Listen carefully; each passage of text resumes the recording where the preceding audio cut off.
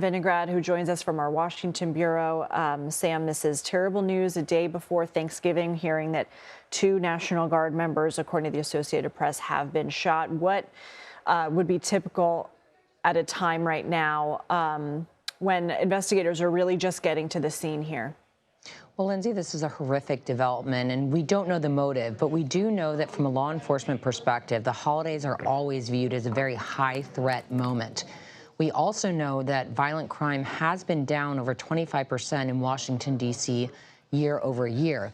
At the same time, violence against law enforcement has been on the rise. So in this moment, investigators from a range of federal, state, and local agencies, including Secret Service, Metropolitan Police, likely the FBI, are going to be, in the first instance, trying to apprehend any suspects, that are still at large, and try to ascertain what the motive was here. We are still waiting to hear, for example, if authorities believe that there's no ongoing threat to the public. We just don't have that information yet, Lindsay. And Sam, can you talk to us about what normal deployment for National Guard would be in this area versus the ramped up operation that we know that the president has sent in to help, in his terms, clean up D.C.? Would there normally be National Guard troops, though, patrolling the area? The presence of National Guard troops in such close vicinity to the White House is a new-ish development, Lindsay, and commensurate with the president's deployment of the National Guard in Washington, D.C. over the past several weeks. However, it is worth noting that one of the highest concentrations of law enforcement in the country and in the world is in the exact location where the shooting took place. The few blocks surrounding the White House is one of the most saturated environments from a law enforcement perspective because of the President of the United States, who obviously lives in the White House, the Vice President, all the cabinet officials that come to the White House. So you have Secret Service, you have Metropolitan Police, you have so many others that are there regularly. The presence of the National Guard is a new development. And as you know, Lindsay, as our viewers know, the National Guard is dispersed throughout Washington, D.C., including in this area. So there's an outstanding question as to whether there's an ongoing threat to other National Guard members in Washington, D.C. and throughout the country. And my producers did let me know we have a new statement from Homeland Security Secretary Kristi Noem. She said, please join me in praying for the 2 National Guardsmen who were just shot moments ago in Washington, D.C. DHS is working with local law enforcement to gather more information. Again, this is very early. We are learning from the Associated Press that 2 National Guards members have been shot. Secretary Noem saying, please join me in praying for the 2 National Guardsmen who were shot moments ago. And Sam, I do want to pick up a little bit more on this area, but first, just to give people a little bit more context as to what we were talking about. It was in August when the president issued that executive order declaring a crime emergency in Washington. That means within about a month, there were more than 2,000 National Guard troops from 8 different states patrolling this area. But a judge did order just 6 days ago to the administration to end its deployment of National Guard troops, essentially saying that it intrudes on local officials' authority to direct law enforcement in that district. It's unclear to me at this time if all of those troops have already been withdrawn. But if you can tell us a little bit more about this area for people who aren't familiar with Washington, D.C., and is it mostly government buildings around here? Is it just office buildings as well, lobbyist firms, et cetera? What is going on in this area at I Street and 17th Street?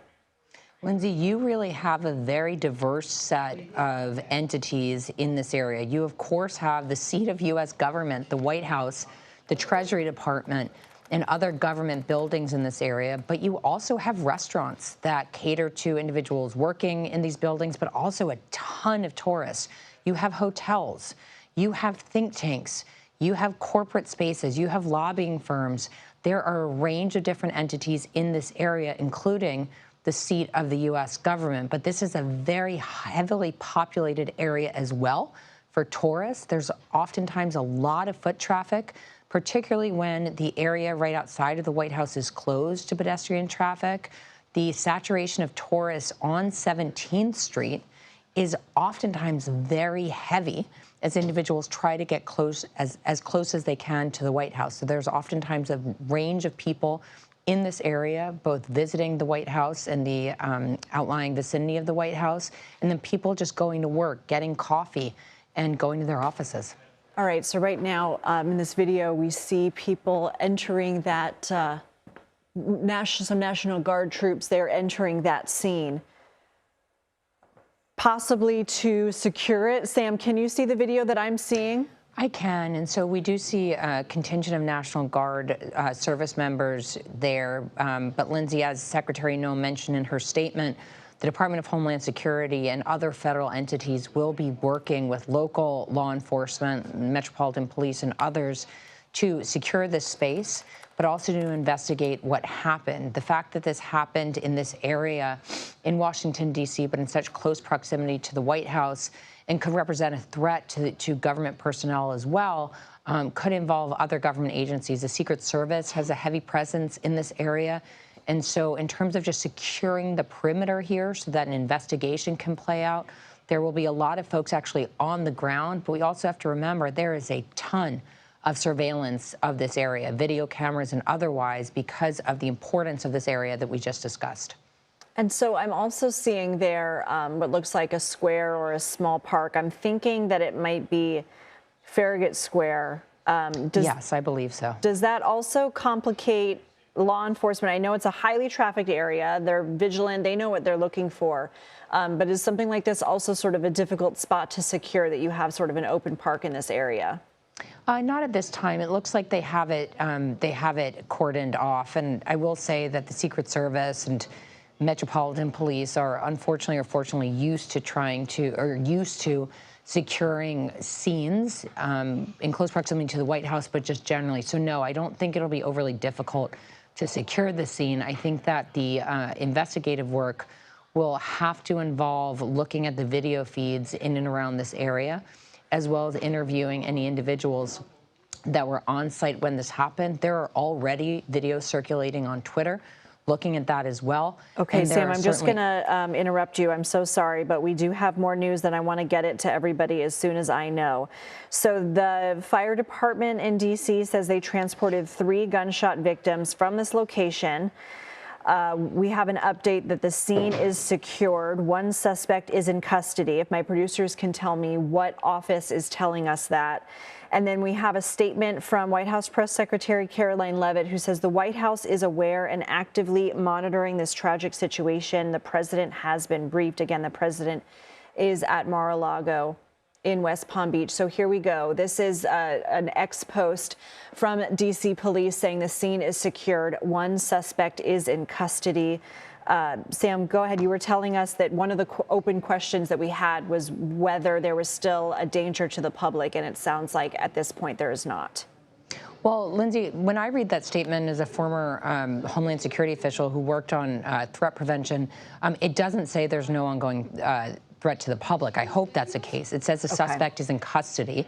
It does not say there's no ongoing threat to the public. I certainly hope there's not. But what has to happen now before they can make that statement with confidence is understanding what the motive of the suspect was. Was this a crime gone wrong? I mean, there's so many hypotheticals here, and we have to understand what the motivation of the suspect was, whether this individual acted alone, and from there they'll make a call on whether there's an ongoing threat to the public, but it's probably just too soon to tell. Okay, that makes sense. They're trying to discern if this person was acting alone or with the help of anyone else. Again, if anybody is just joining us, we are covering very tragic breaking news in the heart of Washington, D.C., very close to the White House.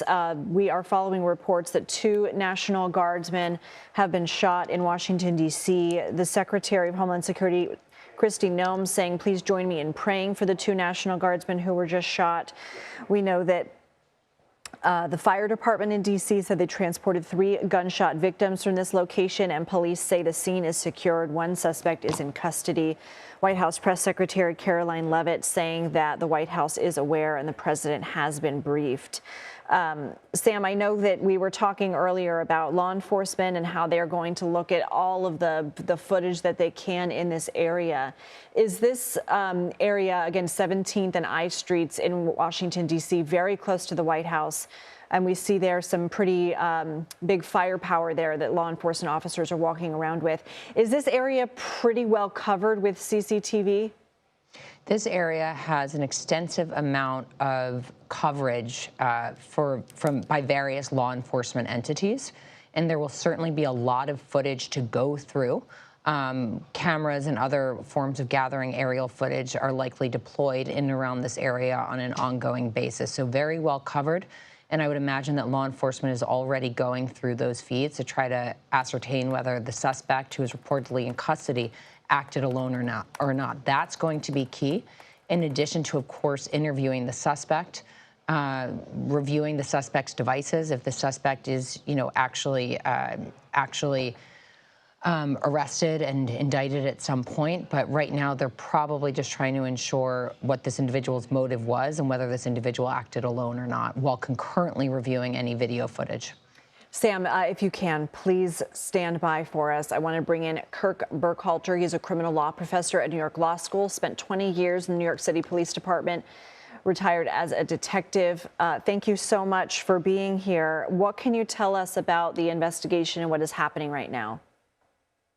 So just judging from the information that's been released and looking at the video, I would agree that it's too early to say that, with your previous guest, that it is too early to say that there is no additional suspects at large. However, from looking at the video, it does seem like the scene is contained. Whether or not we have another person at large will be very much depend on what the authorities learn from the person who has been apprehended.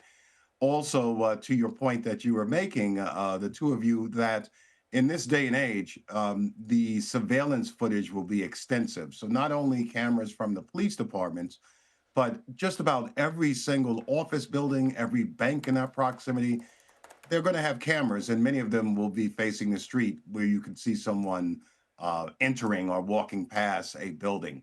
So I don't think it will be too difficult to trace the steps of this particular person. But this is very much still an ongoing investigation. It's unknown, and I doubt if the police even know the motive of the individual yet. At this point, I would suspect they are, once they identify him positively, they will obtain search warrants for wherever he is staying, wherever his home is, and perhaps expand those out, given what information they receive. Thank you so much for that. You stand by as well. We have new information. I want to go to CBS News Homeland Security and Justice correspondent Nicole Skanga. Nicole, you have confirmed some new information via sources. What can you tell us? I've been speaking with senior law enforcement officials. 2 National Guardsmen have been shot following the shooting, which was just blocks away from the White House, just to give you a sense of where we are. This is at 17th and I Street Northwest. Our cameras watched as members of the Metropolitan Police Department, D.C. Police, distributed CPR to at least one of the victims. The condition of both of those guardsmen is unknown at this time, but we've just received a statement from the Department of Homeland Security Secretary Kristi Noem, who says, quote, "Please join me in praying for the 2 National Guardsmen who were just shot moments ago in Washington, D.C." She says that Homeland Security is working with law enforcement to gather more information. In addition to that, Lindsay, senior law enforcement officials tell CBS News that at least one suspect who allegedly opened fire on those guardsmen has been injured and was transported in an ambulance to a D.C. area hospital. That individual's condition is also unknown at this time. We've been reaching out to the National Guard and the Metropolitan Police Department, who tell us that they are still collecting information. Just to give you a sense of what we're looking at right now on the scene, I count dozens of Metropolitan Police Department vehicles. We see the D.C. Fire Department is here. They're putting up do not cross police line tape just about everywhere, including around the crew vehicle that I'm in right now, where our camera crew happened to be downtown and saw all of this playing out. We're also starting to see federal law enforcement descend on the scene, including members of the U.S. Secret Service Uniform Division and ATF police. So just an absolute swarm of both local and federal law enforcement right now as this seen continues to play out and as new details continue to come in. So, Nicole, is the condition of both of the National Guardsmen who were shot unknown at this time? At this point in time, their condition is unknown. We do know that both of them were shot. We're waiting to hear more information about just how many times each, members of the National Guard were shot. To sort of give our audience more context, both members of the National Guard were part of a law enforcement task force, a D.C. crime task force, which began back in September. It was part of the president's initiative to make D.C. safe and beautiful again, and has been carrying out arrests across the District of Columbia. So these two National Guardsmen, part of that delegation, and we're told that we should expect a statement from the National Guard, possibly with more on their condition in the upcoming hours, but we have not received that confirmation just yet. We did witness, as first responders with Metropolitan Police, distributed CPR to at least one of those guardsmen, and it appeared very grim, but at this time we've not confirmed anything regarding their condition. And Nicole, you had just mentioned the context of that operation to clean up crime in Washington, D.C. Do we know whether the guardsmen who were shot were a part of that operation, or would they normally have been patrolling this area? My understanding, based on conversations with senior law enforcement officials, is that those members of the National Guard were part of this larger operation, and as such, were patrolling the streets nearby the White House. We're very close to Lafayette Park, sort of on the other side of the North Lawn. And so we're just blocks away from the White House. This is an area where over the past several weeks and months, we have seen a number of National Guardsmen who have regularly patrolled downtown areas in the nation's capital, who have regularly patrolled federal parks and lands. And so this is an area where a lot of these National Guardsmen, as part of this White House task force, have been patrolling in large numbers to the tune of hundreds. And this operation, we know, was expected to continue at least until February. Federal law enforcement working alongside state and locals, working alongside the National Guard. And so our understanding is those two individuals were part of this larger operation. And again, at this time, our understanding is at least one suspect was driven to an area hospital in an ambulance. So presumably police are learning more just about what was behind that, and they have identified at least one suspect in this just horrific scene. Nicole, stand by if you can for anybody who is just joining us to catch everybody up to speed. We are following this breaking news out of Washington, D.C. Our CBS News Homeland Security and Justice correspondent confirming through senior law enforcement officials that two National Guardsmen have been shot at 17th and I Street Northwest in Washington, D.C. This is blocks away from the White House. We know, we believe that both of their conditions are unknown at this time, and that a suspect who allegedly opened fire has been injured and transported to a local hospital. That person's condition also unknown at this time. We know that the president has been briefed on this. DHS Secretary Noem has put out a statement saying, please join me in praying for the two National Guardsmen who were shot just moments ago. We are working to gather more information on this, of course. We have reached out to the National Guard and Metro Police. I want to bring back Kirk Burkhalter, if you are still with me, because you have a law enforcement background, and you can tell us a little bit more of the heightened state in our country right now. And obviously, we don't know if law enforcement were targeted because of what they were doing as part of their assignment. And Nicole Skanga believes they were a part of this larger deployment of troops to Washington, D.C. But really the current environment that law enforcement is up against right now. Well, that will be the big question. That is currently the big question in everyone's mind. This has been part of the national conversation, the usage of National Guard in police functions. And keep in mind, police operations, law enforcement operations are inherently dangerous, always have been. So the big question will be here, were these National Guardsmen targeted because of the role they're playing in D.C.? Were they serving some law enforcement function where they were interceding or attempting to intercede in some type of crime? Was this something that was completely random? These questions are going to, they'll have to be answered. Depending on how that question is answered, I think this will certainly have ramifications moving forward in how guard troops are deployed, how they're equipped, what type of supervision they have, the role that they play, and how they interact with local law enforcement. I can't see this having no bearing whatsoever. By the way, this is part of the playbook from law enforcement. Most of rules and procedures and such that most law enforcement officers follow, they're born out of various types of tragedies. So here you have these two folks that were injured in their medevac, which is never a good sign. But hopefully we can learn more from the suspect that was apprehended. Okay, let's go to CBS News breaking news correspondent Chanel Call, who's been following this for us. Chanel, catch us up to speed on what we know right now and what you're hearing on social media.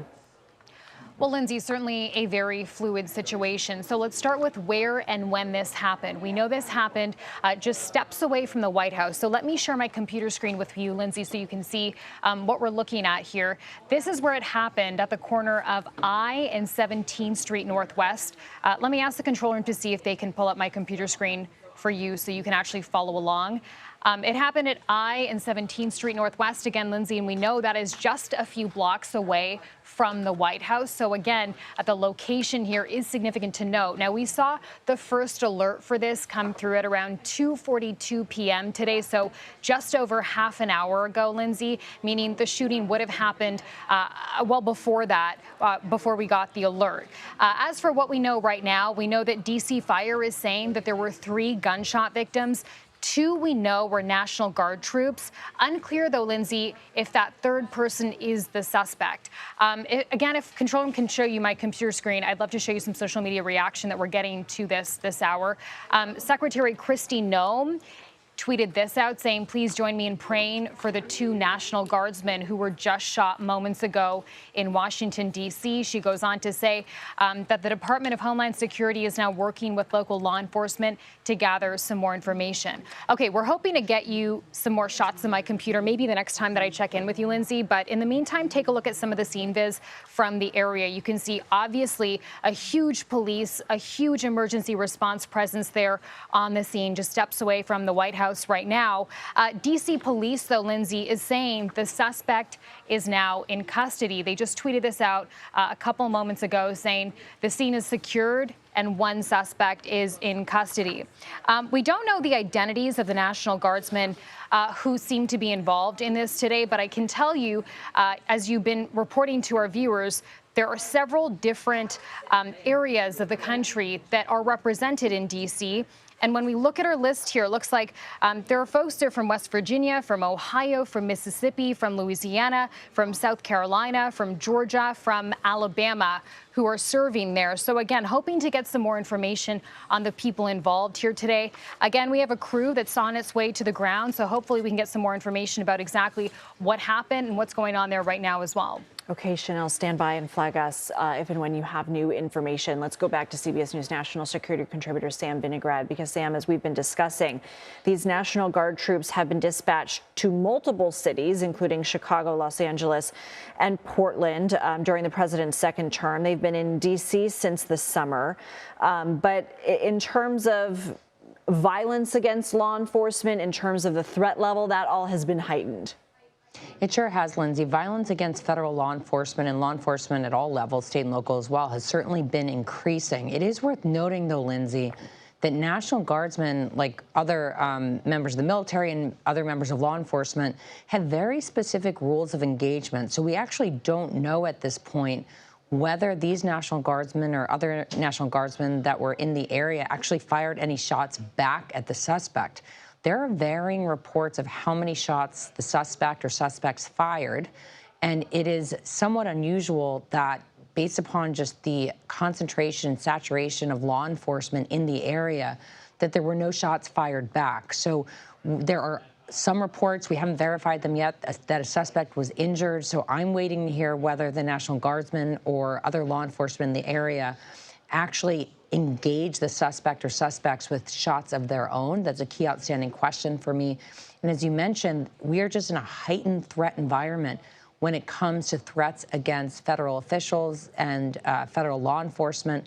And we just don't know if there's an ongoing threat to other National Guardsmen in the area. So I'll be waiting to hear more information on that. And Nicole Skanga and others are working their sources to ascertain that. Help us understand what department the National Guard falls under, and when somebody becomes a part of the National Guard, what they are promising to do.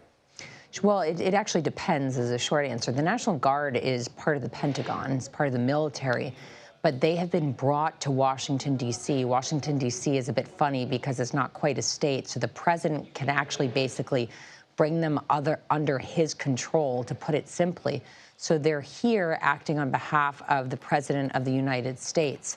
And they are not allowed under domestic law to really engage in certain law enforcement functions. But the president has been able to use his authority to bring them here to, quote unquote, fight crime. And there have been a range of concerns about the kinds of operations that they would be involved in and have been involved in, and that's been a subject of litigation. But they are parts of the military. I worked with the National Guard, Lindsay, in 2007 in Iraq. You have National Guard that's deployed overseas. The National Guard has historically been deployed to deal with things like natural disasters. They have also historically been deployed after large-scale protests and riots, but generally speaking, they've been deployed most regularly to deal with natural disasters and other sorts of catastrophes like that. All right, we are hearing more from our CBS News correspondents, and we know that, according to senior law enforcement officials, the suspect, as we've been reporting, was injured and is in custody in the hospital, and that at least one of the National Guard soldiers is very seriously, critically injured. So, Kirk Burkhalter, if you are still with us, if I can ask you, at what point does law enforcement go in or wait to try and question a suspect, obviously depending on, I'm assuming, the level of injury that that person sustained? So first and foremost, this suspect is in custody. So if law enforcement wants to question him, which would be an interrogation, they'll have to read him Miranda. And he has the right to not answer questions and to have an attorney present, even if he wants to answer questions. So certainly, I believe they will take their time in doing so because he's not going anywhere. And there is no current information that there's another suspect outstanding, even though that's certainly the possibility. So I would hope that they would take their time, and more than likely they're going to afford this suspect an opportunity to waive his rights to answer questions or to have an attorney present. The last thing you want is information that he provides being excluded from court because of some Fifth Amendment violation. So I would suspect this is not going to happen within the next 5 minutes or an hour, unless, of course, the suspect makes a spontaneous utterance and just blurts out a few things. I would suspect they're going to proceed slowly. And once again, we can see from the video that feed that you're showing right now, it looks like law enforcement is in kind of a stand down mode, maybe just containing the crime scene, and there doesn't seem to be any urgency to question this man within the next few moments. Okay. We did get response from the Washington, D.C. National Guard to our inquiry, and they said, I'm reading from my screen, we're aware of the incident and we are working closely with the Metropolitan Police Department and other law enforcement agencies. The health and safety of our service members is our top priority as we continue to support the citizens and visitors of Washington, D.C. Sam Vinograd, if you're there, can you pick up on what Kirk was telling us, and that it appears that I'm looking off to video off the side of my screen here, that they appear to be in a standby mode and there doesn't seem to be an imminent, immediate threat to the public. And so that questioning of the suspect in custody may not happen, in Kirk's words, the next 5 minutes or the next hour, that they might take a slower approach. Well, I think it certainly does look like the scene is stabilized and contained, the immediate scene of the incident. I can't really comment on when and how they will interview the suspect. I think part of that depends on the suspect's condition, and there are just so many varying reports about that now. Whether the suspect asks for a lawyer, there's just a lot of hypotheticals here right now, Lindsay. I think the immediate focus for investigators and law enforcement, again, is understanding this individual's motive and reviewing footage and eyewitness accounts to ascertain whether the suspect acted alone or not. But the time frame for an interview is just going to depend on a range of different factors. Okay. We do have, it looks like, a statement from the president on Truth Social. We are working on getting that up on the screen, everybody, so you guys can see it. But it appears that the president has said the animal that shot the 2 National Guardsmen, with both being critically wounded and now in 2 separate hospitals, is also severely wounded, but regardless will pay a very steep price. God bless our great National Guard and all of our military and law enforcement. They are truly great people. I, as President of the United States, and everyone associated with the office of the presidency, am with you. So the president there saying that the person who shot the 2 National Guardsmen is severely wounded and will pay a very steep price, and that the 2 National Guardsmen are also both critically wounded and in separate hospitals. Really just tragic news here a day before Thanksgiving, as many people look forward to spending the holiday with family and friends. Of course, there's often no holiday or vacation for those in law enforcement because their efforts are still needed to secure our country, to secure areas. This is, again, taking place very close to the White House, 17th and I Streets in the heart of downtown Washington, D.C. I believe that this is aerial footage here of the area where we have law enforcement on the scene. And according to the guests that I have with me, Sam Vinograd and Kirk Burkhalter, both Sam Vinograd being our national security contributor and Kirk Burkhalter, retired law enforcement, telling us it appears right now that this might be in a standby mode, that this scene, that there might not be an immediate imminent danger to the public. We do have a suspect in custody who is wounded and in the hospital. And we have 2 National Guardsmen, both critically wounded, who have been shot. Certainly not an easy day for law enforcement, for this community. We know that National Guard was deployed to the area as part of an operation to clean up crime, with thousands of troops deployed to the area. Sam Vinograd, what are your thoughts as we continue to watch live footage from the scene?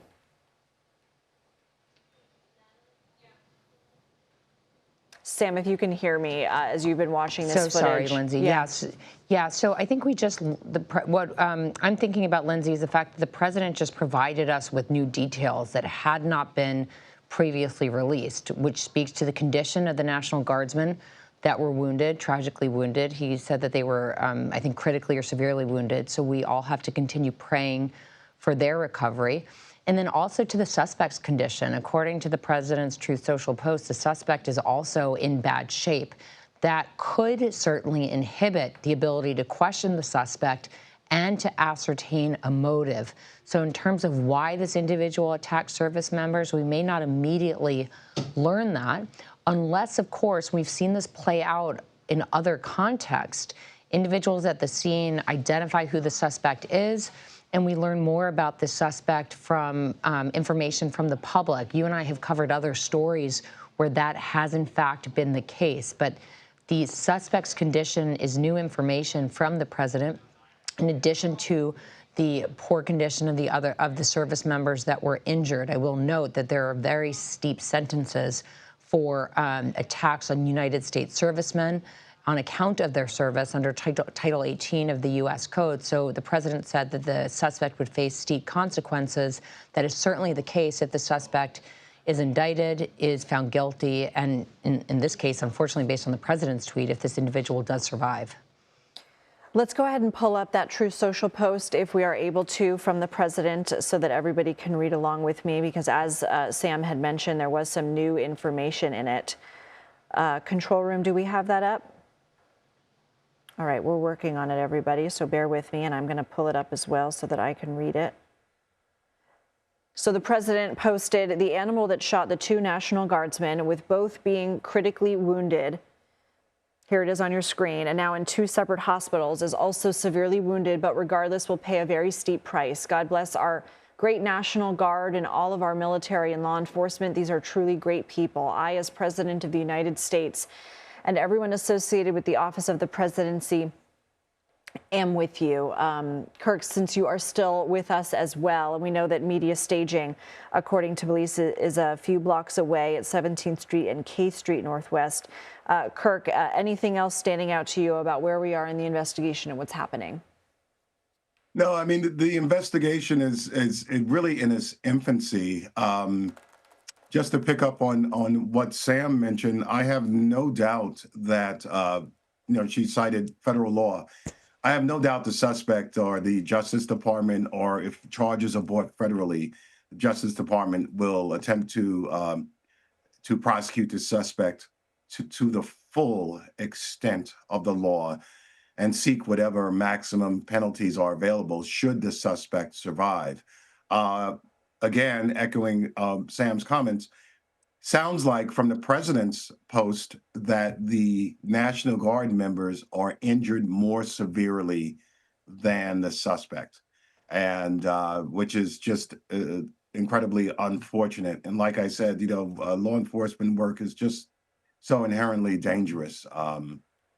At some point, this was just as with all law enforcement entities, something like this was bound to happen, unfortunately, because that's the nature of the beast. So, all we could do is really hope for the best for these individuals who the president mentioned were critically wounded. I most certainly hope they survive. And hopefully we find out more about the suspect's motivation at some point in time. And according to CBS News' Homeland Security and Justice correspondent Nicole Skanga, roughly 10 to 15 shots were fired total. And beyond the 2 guardsmen and suspect, there are no further injuries at this time. I want to bring in the coordinating producer for CBS News' Crime and Public Safety Unit, Anna Schechter, who's joining us on the phone with the latest that we know. Anna? Hey, Lindsay. Well, this obviously was a very serious shooting. The 2 guardsmen are in critical condition, very seriously wounded. At least one of them is. Also, I'm hearing from sources that the suspect is also severely injured from gunfire. So it sounds like it was a shootout type of a situation.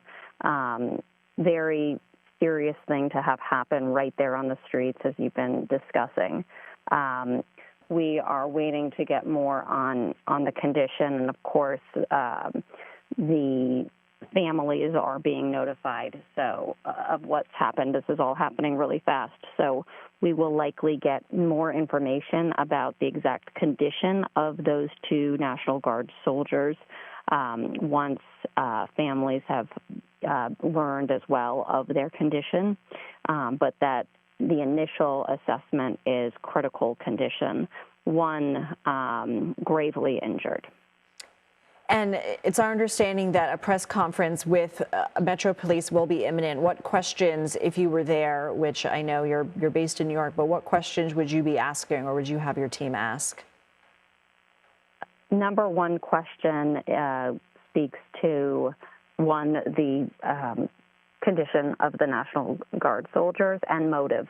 What was going on in that perpetrator's mind to carry out this attack? There's been a lot of tension, a lot of headlines, a lot of rhetoric, explosive rhetoric around the administration's policy in terms of deploying National Guard to cities around the country, as well as the immigration policy. And there's been kind of a blurring of the lines there. So that's the backdrop. We're also coming into the holiday. Now, we don't generally see a big spike in shootings over the Thanksgiving weekend specifically, but sometimes these mass casualty events or sort of higher profile shootings can happen when larger gatherings are expected. We are one day away from 3.5 million people descending on Central Park West to Central Park South and down 6th Avenue for the Macy's Thanksgiving Day Parade. And so obviously NYPD was already on heightened alert. This just upped the ante big time for law enforcement. I was just out with some senior security officials earlier this morning as they were preparing, and they are all plugged in. They are getting the law enforcement bulletins and the briefings and monitoring the situation very closely. Anna, thank you. If you need to go and continue to gather more information, that is fine, and let us know when you're able to report back to us. Thank you. I want to go back to Sam Vinograd. Sam, in this situation, and of course, as we're watching these live scenes and we see the camera moving around a bit as the videographer there repositions, and we see a heavy police presence, we see multiple different kinds of law enforcement vehicles, from unmarked cars to marked cars. Who would likely take over the investigation in this jurisdiction? Well, Lindsay, it'll be very important to see whether, excuse me, the FBI does take the lead in this investigation. Of course, in this area, which we have discussed as part of Washington, D.C., it's a very saturated area by various levels of law enforcement, as well as private security for corporations and others that are in the area. Based on specifically where the shooting happened at 17th and I, it's possible that various law enforcement agencies had jurisdiction, whether they be federal or local law enforcement, which in this case is the MPD, the Metropolitan Police Department. However, I'm waiting to hear, and our team is working to find out whether the FBI will take the lead in this investigation based on the fact that federal service members were injured, and if there is some indication, for example, that there was a terrorism-related nexus in this case, we could see the FBI take the lead for sure. We know that ATF is on the scene to try to trace the gun that was used to attack, or the guns, we just don't know how many weapons were used that were used to attack service members. But in terms of the investigation of the suspect or suspects and motive, it is entirely possible that the feds and the FBI lead this investigation. We may hear more about that at the upcoming press conference. What does the current state of the scene right now tell you about where they are in the investigation? I know that originally when police had said they had a suspect in custody, that didn't mean that there was no threat to the public. But do you believe now, from what we're seeing, that that's changed? I don't want to make a call on that yet, Lindsay, because it does look like this particular scene is stabilized. But without knowing the suspect's motivation, without knowing who the suspect or suspects were in communication with, whether it be online or elsewhere, we just don't know. And unfortunately, that could take hours, it could take days, it could take weeks. We just don't know.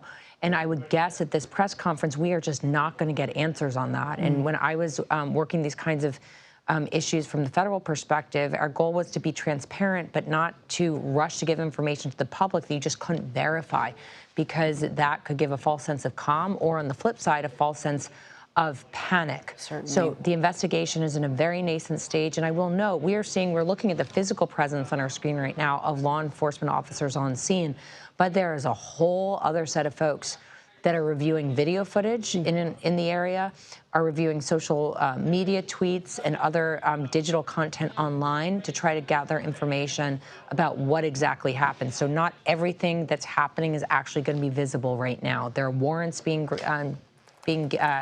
requested, as well as coordination with partners in the public and private sector at this time. Okay, I am just reading some new information, so just bear with me 1 second as I bring it to everybody. So we have new information from CBS News Homeland Security and Justice correspondent Nicole Skanga. Per federal law enforcement officials, the shooting appears to have originated near the Farragut Metro stop. Sam, am I pronouncing Farragut correctly? I'm not from D.C. Okay. Yes, it's the Farragut Metro stop. And both the two National Guardsmen and the suspect are transported to area hospitals. At this time, there's no known direction of interest toward the White House other than the location at this time. Again, for everybody knowing who's looking at a map right now, this is incredibly close, just 2 blocks north of the White House North Lawn. And federal law enforcement who is on the scene includes Secret Service, ATF, U.S. Marshals, U.S. Park Police, in addition to the Metro Police. And we have seen National Guard. You can even see one on your screen there. toward the left-hand side of your screen. Let's go to CBS News' Chanel Call, who is monitoring everything on this breaking news story from our newsroom. Chanel, you're also monitoring some reactions, so what can you tell us? Yep, we're looking at some social media reaction to this very fluid situation. So I want to read for you, Lindsay, a couple of social media posts. So let's start with this one from Attorney General Pam Bondi. She's saying, federal agents are on the scene of the horrific shooting of 2 National Guardsmen in Washington, D.C. She goes on to say, pray for our National D.C. Guard. Also seeing this from FBI Director Kash Patel moments ago, saying FBI is engaged and assisting with the investigation in Washington, D.C. after National Guard members were shot this afternoon. Please pray for them, and we will update with more information as we're able to. A couple of other notable social media posts to share with you. This one from Leader Chuck Schumer saying, my heart breaks for the victims of this horrific shooting in Washington, D.C. near the White House. I am closely monitoring the situation and am praying for the wounded National Guardsmen and their families. I thank all the first responders for their quick action to capture the suspect. Also seeing this note from Senator Rick Scott saying, praying for the National Guard members who were just harmed in Washington, D.C. while keeping our nation's capital safe. Violence against our men and women in uniform is disgusting. God be with them and their families. So obviously, you know, an outpouring of support for these 2 National Guardsmen who we now know were shot just about an hour ago, Lindsay, and still waiting for significant updates on their condition. Okay, Chanel, thank you so much. I want to go back to the coordinating producer for our CBS News Crime and Public Safety Unit, Anna Schechter.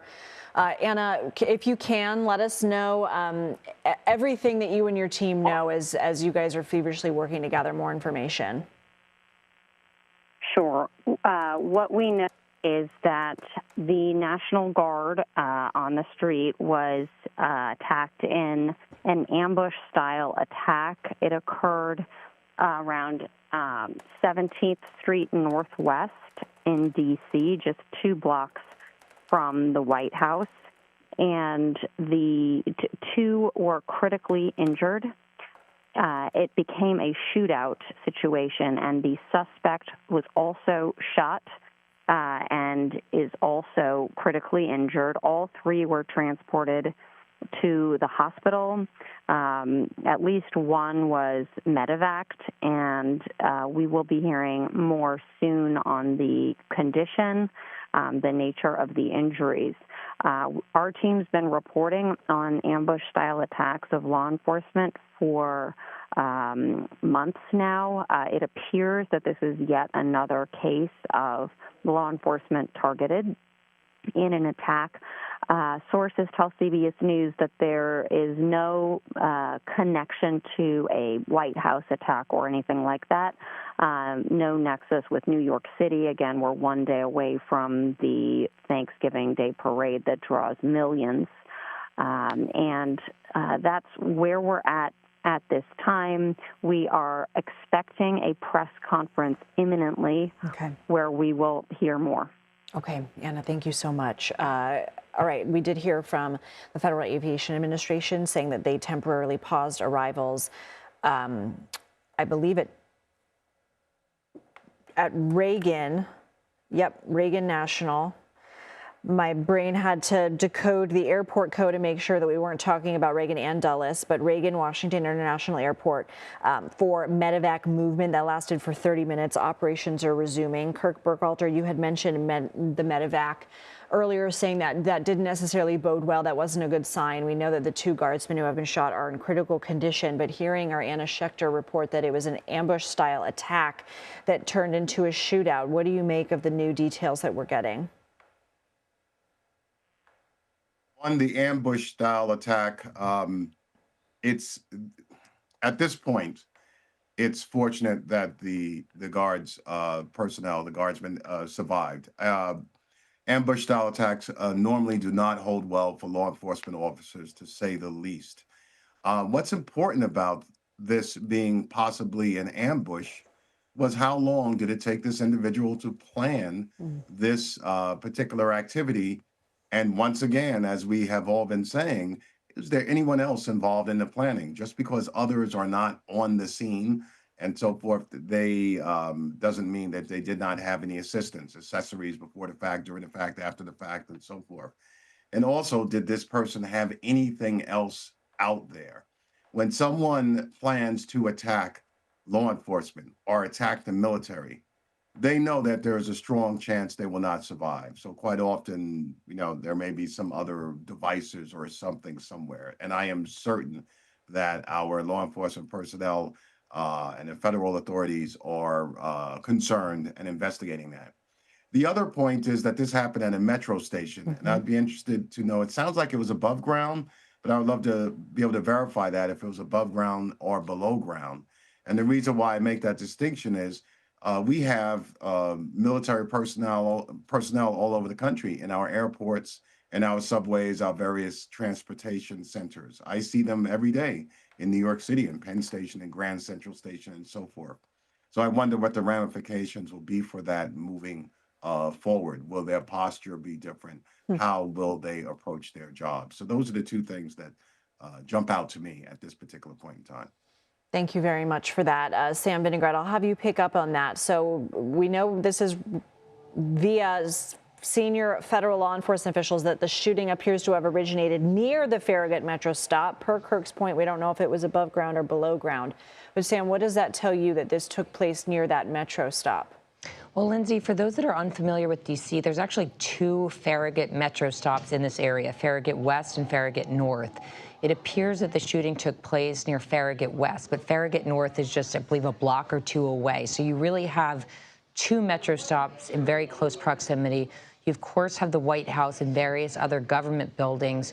You have a lot of restaurants that cater to individuals working in the area, as well as tourists that are visiting. Of course, you have Farragut Park, where the shooting took place very near to there. And just a few blocks away, you have Lafayette Park, which juts up against the White House. So there are a lot of different things in a very small area that are packed in. And the fact that this happened near a metro station begs the question of how the suspect or suspects actually arrived at the scene. Because of the proximity to the Farragut West Metro Station, the Metropolitan Transit Police are also involved in the situation and investigation. They are likely reviewing their video footage as well to try to see if the suspect or suspects traveled to the scene on the Metro. But that just adds another layer of complexity to all these matters. And I actually don't think we've confirmed yet whether Metro traffic has stopped or been curtailed to these Metro stations in light of this horrific event. And we do have a little bit more information as you have been giving us your analysis, Sam. Okay, I'm hearing that Chanel Call has new information. Chanel, are you ready for us to go to you? Yeah, so Lindsay, we're getting an update now from Governor Patrick Morrisey in West Virginia, and I just want to read you what he just tweeted a couple moments ago. So at 3:42, he sent this out on social media, and it says, "It is with great sorrow that we can confirm both members of the West Virginia National Guard who were shot earlier today in Washington, D.C., have passed away from their injuries. These brave West Virginians lost their lives in the service of their country. We are in ongoing contact with federal officials as the investigation continues." It goes on to say, Lindsay, "Our entire state grieves with their families, their loved ones, and their Guard community. West Virginia will never forget their service or their sacrifice, and we will demand full accountability for this horrific act." Again, a couple of big pieces of information coming from this social media post. Now, West Virginia Governor Patrick Morrisey identifying those two National Guard troops as West Virginians, and also saying that they've both passed away from their injuries. Okay, this is certainly a very tragic update to this story. I believe we are working on getting that post on X up so that everybody can see it. But just to reiterate what Chanel has been talking about, and here it is on your screen. Chanel just mentioned it, but I'm going to go ahead and read a little bit more. "With great sorrow, we can confirm both members of the West Virginia National Guard who were shot earlier today in Washington, D.C. have passed away from their injuries." Certainly not the update anybody wanted to hear. This is incredibly tragic, as we have been reporting. Our Anna Schechter saying that they were shot in an ambush style near the Farragut Metro stop here in Washington, D.C. This is very close to the White House. And Anna, if you are still with us, very tragic update here. And as far as we know, the suspect is in custody in the hospital and is injured. We don't have an update on the suspect's condition. Am I right, Anna? That's right. I just got a second source that the suspect was shot 4 times. So we know that and is in serious condition, critical condition as well. So this was obviously, you can imagine this kind of a shootout, the chaos and multiple shots fired, suspect hit 4 times. He fired off enough rounds to kill 2 National Guardsmen who were in D.C. from West Virginia. We just got that confirmation from the governor. So that is the latest. Obviously, the families have been told, and that's why the governor went ahead and put that out. I was hearing the same, but they were holding off until the families were notified. All right, and we did hear the vice president, who is at a Thanksgiving event. He spoke about the shooting, saying, and I'm quoting him because we don't have this on tape yet, the vice president saying, I want to say first, before we get started on a somber note, we had, and some of you may have seen this on your phones or on social media, but apparently there was a shooting outside the White House a couple of hours ago. We're still learning everything. We don't know the motive. There's a lot that we haven't yet figured out, but we do know is that a couple of National Guardsmen were injured in the line of duty, and now we know from the West Virginia governor that they were killed in the line of duty. He said, Vance continued by saying, I want everybody who's a person of faith to say a prayer for those 2 National Guardsmen. It's a somber reminder that soldiers, whether they're active duty, reserve, or National Guard, or soldiers are the sword and shield of the United States of America. And a person who goes into work every single day in that building and knows that there are a lot of people who wear the uniform of the Army. Let me just personally thank them for what they're doing. We're grateful for them, and we're praying. Certainly just incredibly tragic news, because the vice president was speaking about that. And as far as the vice president knew at that time, the guardsmen were injured and still fighting for their lives. But now we know.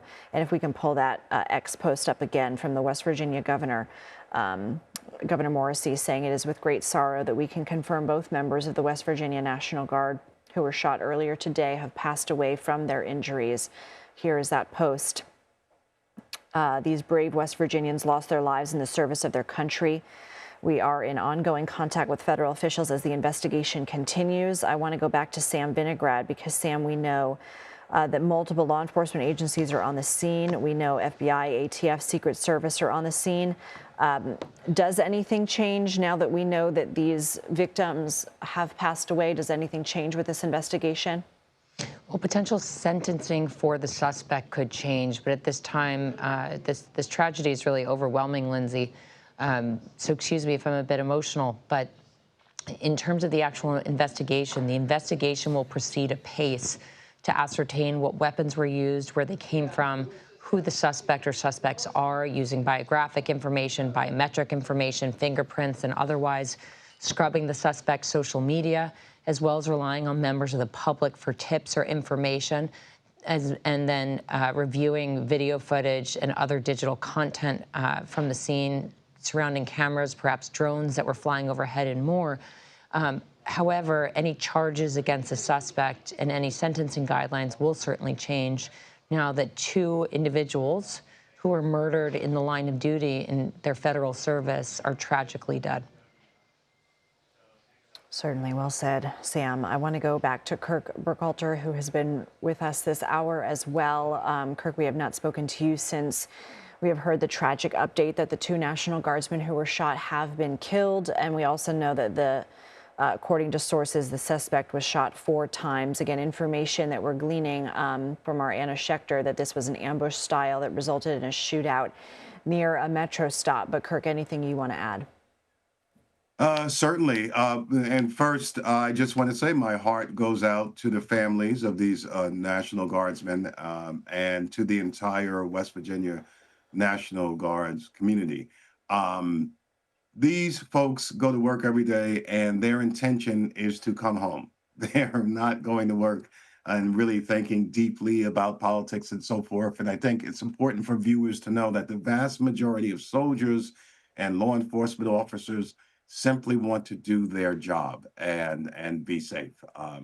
It's the public and everyone else who, all of us who think of these particular issues. It's horrific that they were killed in the line of duty. As far as the investigation is concerned, it's going to be pretty much the same, but the outcome will be the same. The outcome will be different, rather. This is now a murder investigation, premeditated and deliberated murder against federal troops. So I would assume that the gravity of this investigation has taken on quite a difference. And once again, I sound like a broken record, but the most important thing is determining if there were others in any way involved. We always hear these reports later on that so-and-so knew that so-and-so had a weapon, or they bought them the weapon, or they drove them here, or they told them they were going to do these things.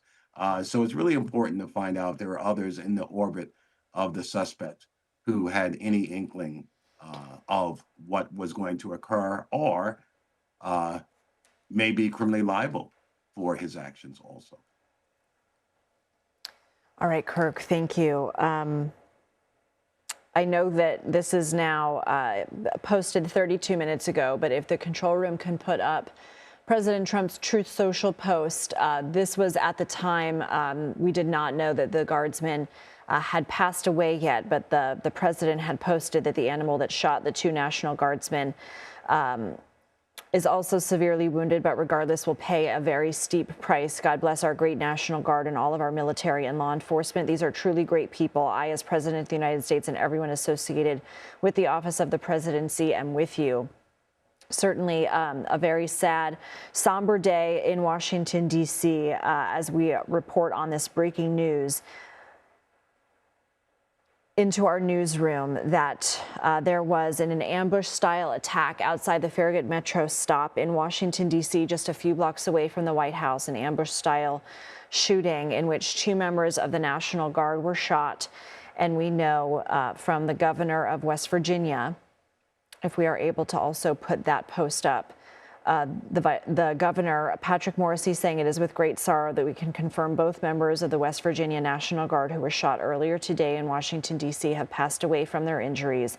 These brave West Virginians lost their lives in the service of their country. We are in ongoing contact with federal officials as the investigation continues. Our entire state grieves with their families, their loved ones, and the Guard community. West Virginia will never forget their sacrifice, their service, or their sacrifice, and will demand full accountability for this horrific act, which, as Kirk Burkhalter just told us, will now become a murder investigation. We know that the suspect has been shot and is in critical condition, shot 4 times, and is in custody of law enforcement in a hospital. We know that multiple law enforcement agencies are on the scene, including ATF, including DC Metro Police, including the FBI. And we know that 10 to 15 shots had been fired in this shootout, according to a senior law enforcement official. So certainly we have people who have been reacting on social media, including FBI Director Kash Patel, including Attorney General Bondi, including Minority Leader Schumer. And this is certainly a somber day, not only for the National Guard community, but for the nation as we mourn the loss of these two National Guardsmen from West Virginia.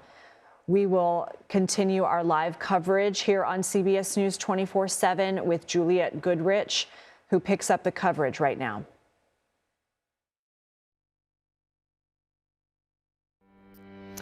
We continue our breaking news coverage on CBS News 24/7. I'm Juliette Goodrich. The latest information: West Virginia's governor says 2 National Guard members were shot and killed just 2 blocks from the White House. Washington, D.C. police are at the scene right now. We know 1 suspect has been taken into custody and is in the hospital as we speak. The governor of West Virginia, Patrick Morrisey, just posted a statement saying, "It is with great sorrow that we can confirm both members of the West Virginia National Guard who were shot earlier today in Washington, D.C. have passed away from their injuries. These brave West Virginians lost their lives in the service of their country. We are in ongoing contact with federal officials as the investigation continues. Our entire state grieves with their families, their loved ones, and the Guard community. West Virginia will never forget their service or their sacrifice, and we will demand full accountability for this horrific act."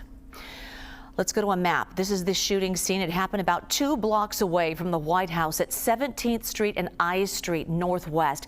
That is about a 7-minute walk away from the White House. Now, we are expecting officials to give an update on the shooting at any time. We will bring you that news conference live right here on CBS News 24/7. Let's go to our breaking news correspondent, Chanel Call, following the latest developments for us right now. Chanel. So let's just recap, Jules, what happened, how this played out earlier this afternoon.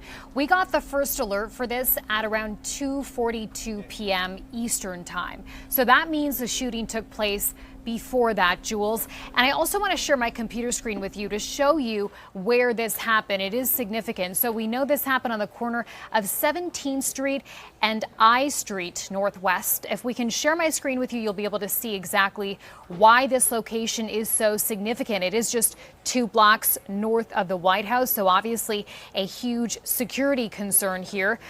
Also want to note that we heard that 10 to 15 shots rang out, and 2 in law enforcement officials that spoke to CBS News call this an ambush-style attack. Okay, you can see the location now from my computer screen, Jules, right on your television right there. More from D.C. Fire. We had talked to them earlier this afternoon. They said that there were 3 gunshot victims. 2 of them, they noted at that point in time, they understood to be National Guard troops. And then a short time ago, you had just shared that significant update from West Virginia Governor Patrick Morrisey. So I want to read this social media post once again. There's 2 critical pieces of information here that you'll see on your screen. He says that both of them have passed away from their injuries, and both were from West Virginia. So again, confirming these 2 National Guard troops were killed in the line of duty. DC police, Jules, now saying this suspect is in custody. We're also told by law enforcement that the suspect was injured and then taken to a DC area hospital, but we do not know more about this person's condition or about their identity at this point in time. I also want to show you some more social media reaction that we're seeing. So again, I'll share my computer screen with you here. Let's start with this one. This is a Truth Social post by the president saying the animal that shot the 2 National Guardsmen, with both being critically wounded. Again, this is time-stamped back to 3:23, so before that Patrick Morrisey tweet. He says, and now in 2 separate hospitals, is also severely wounded, but regardless will pay a very steep price. God bless our great National Guard and all of our military and law enforcement. These are truly great people. I, as President of the United States, and everyone associated with the Office of Presidency, am with you. I'll show you this one from Attorney General Pam Bondi. She says federal agents are on the scene of the horrific shooting of 2 National Guardsmen in Washington, D.C. And then this one from FBI Director Kash Patel from earlier this afternoon, confirming that the FBI is now engaged and assisting with the investigation in Washington, D.C. This after National Guard members were shot this afternoon. Again, people really on both sides of the political aisle sharing their appreciation for the work that National Guardsmen do in this country, and also thoughts and prayers for those to survive before we heard that tragic update from Governor Morrisey. I'll show you one more. This one from Senator Chuck Schumer saying, my heart breaks for the victims of this horrific shooting in Washington, D.C. near the White House. I'm closely monitoring the situation and I'm praying for the wounded National Guardsmen and their families. I thank all the first responders for their quick action to capture the suspect. And again, we don't know the identity or the motive here from that suspect. But as for what's happening on the ground here, this is a very fluid scene, Jules. We've been showing you some of the scene video. You can see just how huge the police, the emergency response presence was on the ground in the moments after this. Now it appears, because we know that the suspect has been apprehended by police and is now in police custody, it seems to be a bit of a more standby situation there. We're also waiting for a press conference from police, so we will hopefully learn more about exactly how and why this happened. Chanel Call will check back with you. Thanks so much. I want to go now to Anna Schechter, senior coordinating producer with CBS News Crime and Public Safety Unit, joining us live now. Anna, what information do you have from your sources? And of course, we're trying to figure out a motive, and I know that you have some new information. Yes, this was a targeted attack on federal law enforcement. That's according to our sources. It occurred as we were discussing near that subway station on that metro station in DC, just a couple of blocks from the White House lawn. So the fact that this was so many shots fired, you can imagine what happened to the two National Guardsmen. They were medevaced.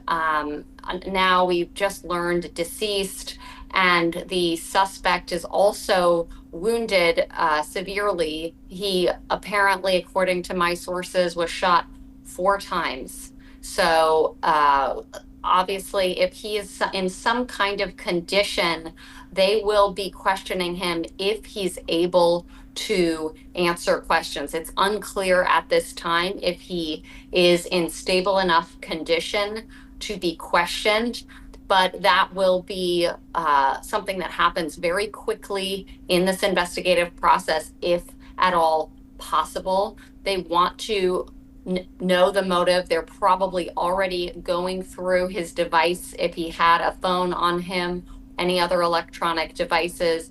That process has already started, even in this chaotic situation. Now, law enforcement teams have been notified of what happened regionally and across the country. This kind of an event, this targeted attack, so close to the White House, is going to trigger a bulletin that goes out to law enforcement, not just in New York City ahead of the Thanksgiving Day parade tomorrow, but to major cities around the country and to their partners in the area. Law enforcement is going to be very concerned about copycat attacks.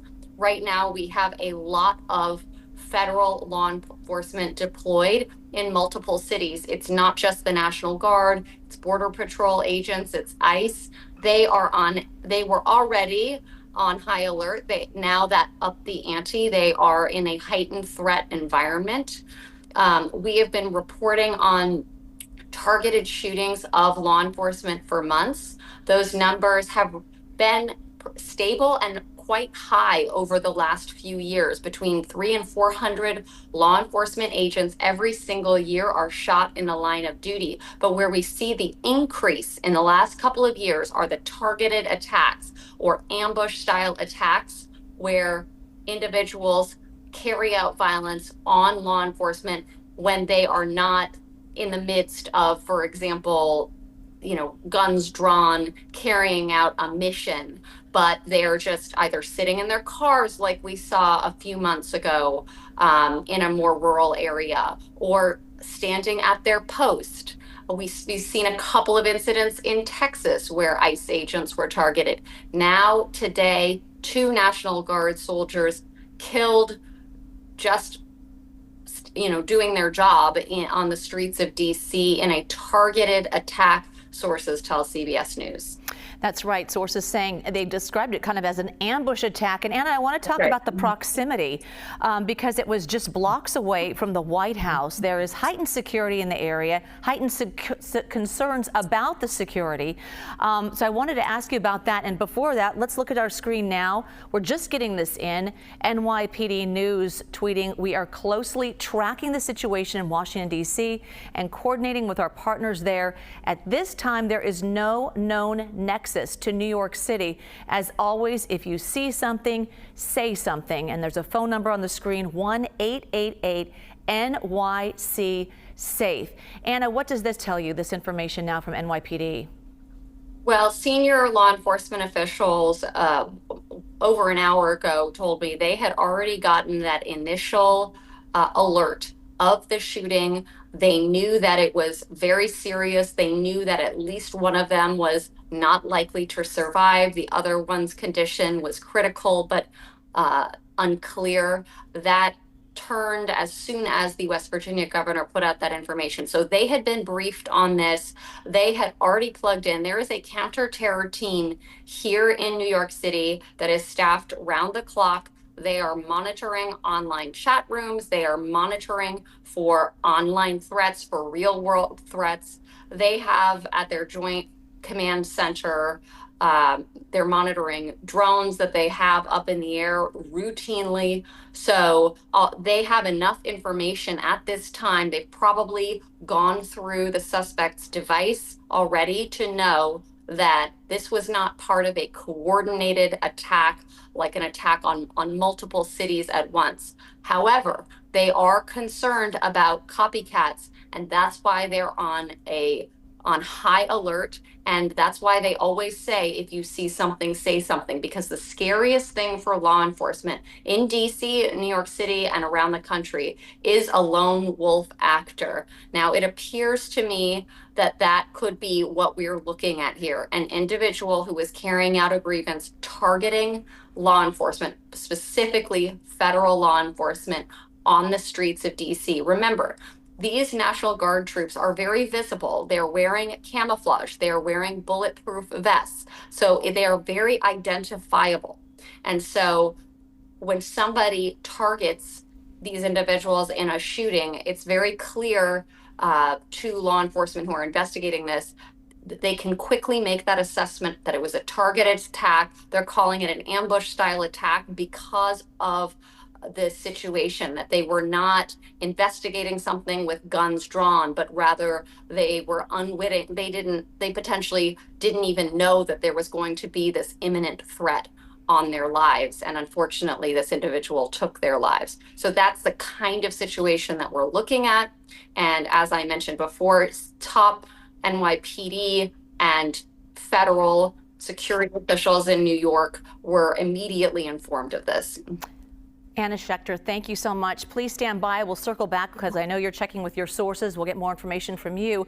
Also now want to go to our breaking news correspondent Chanel Call following the latest developments with some new information. Chanel.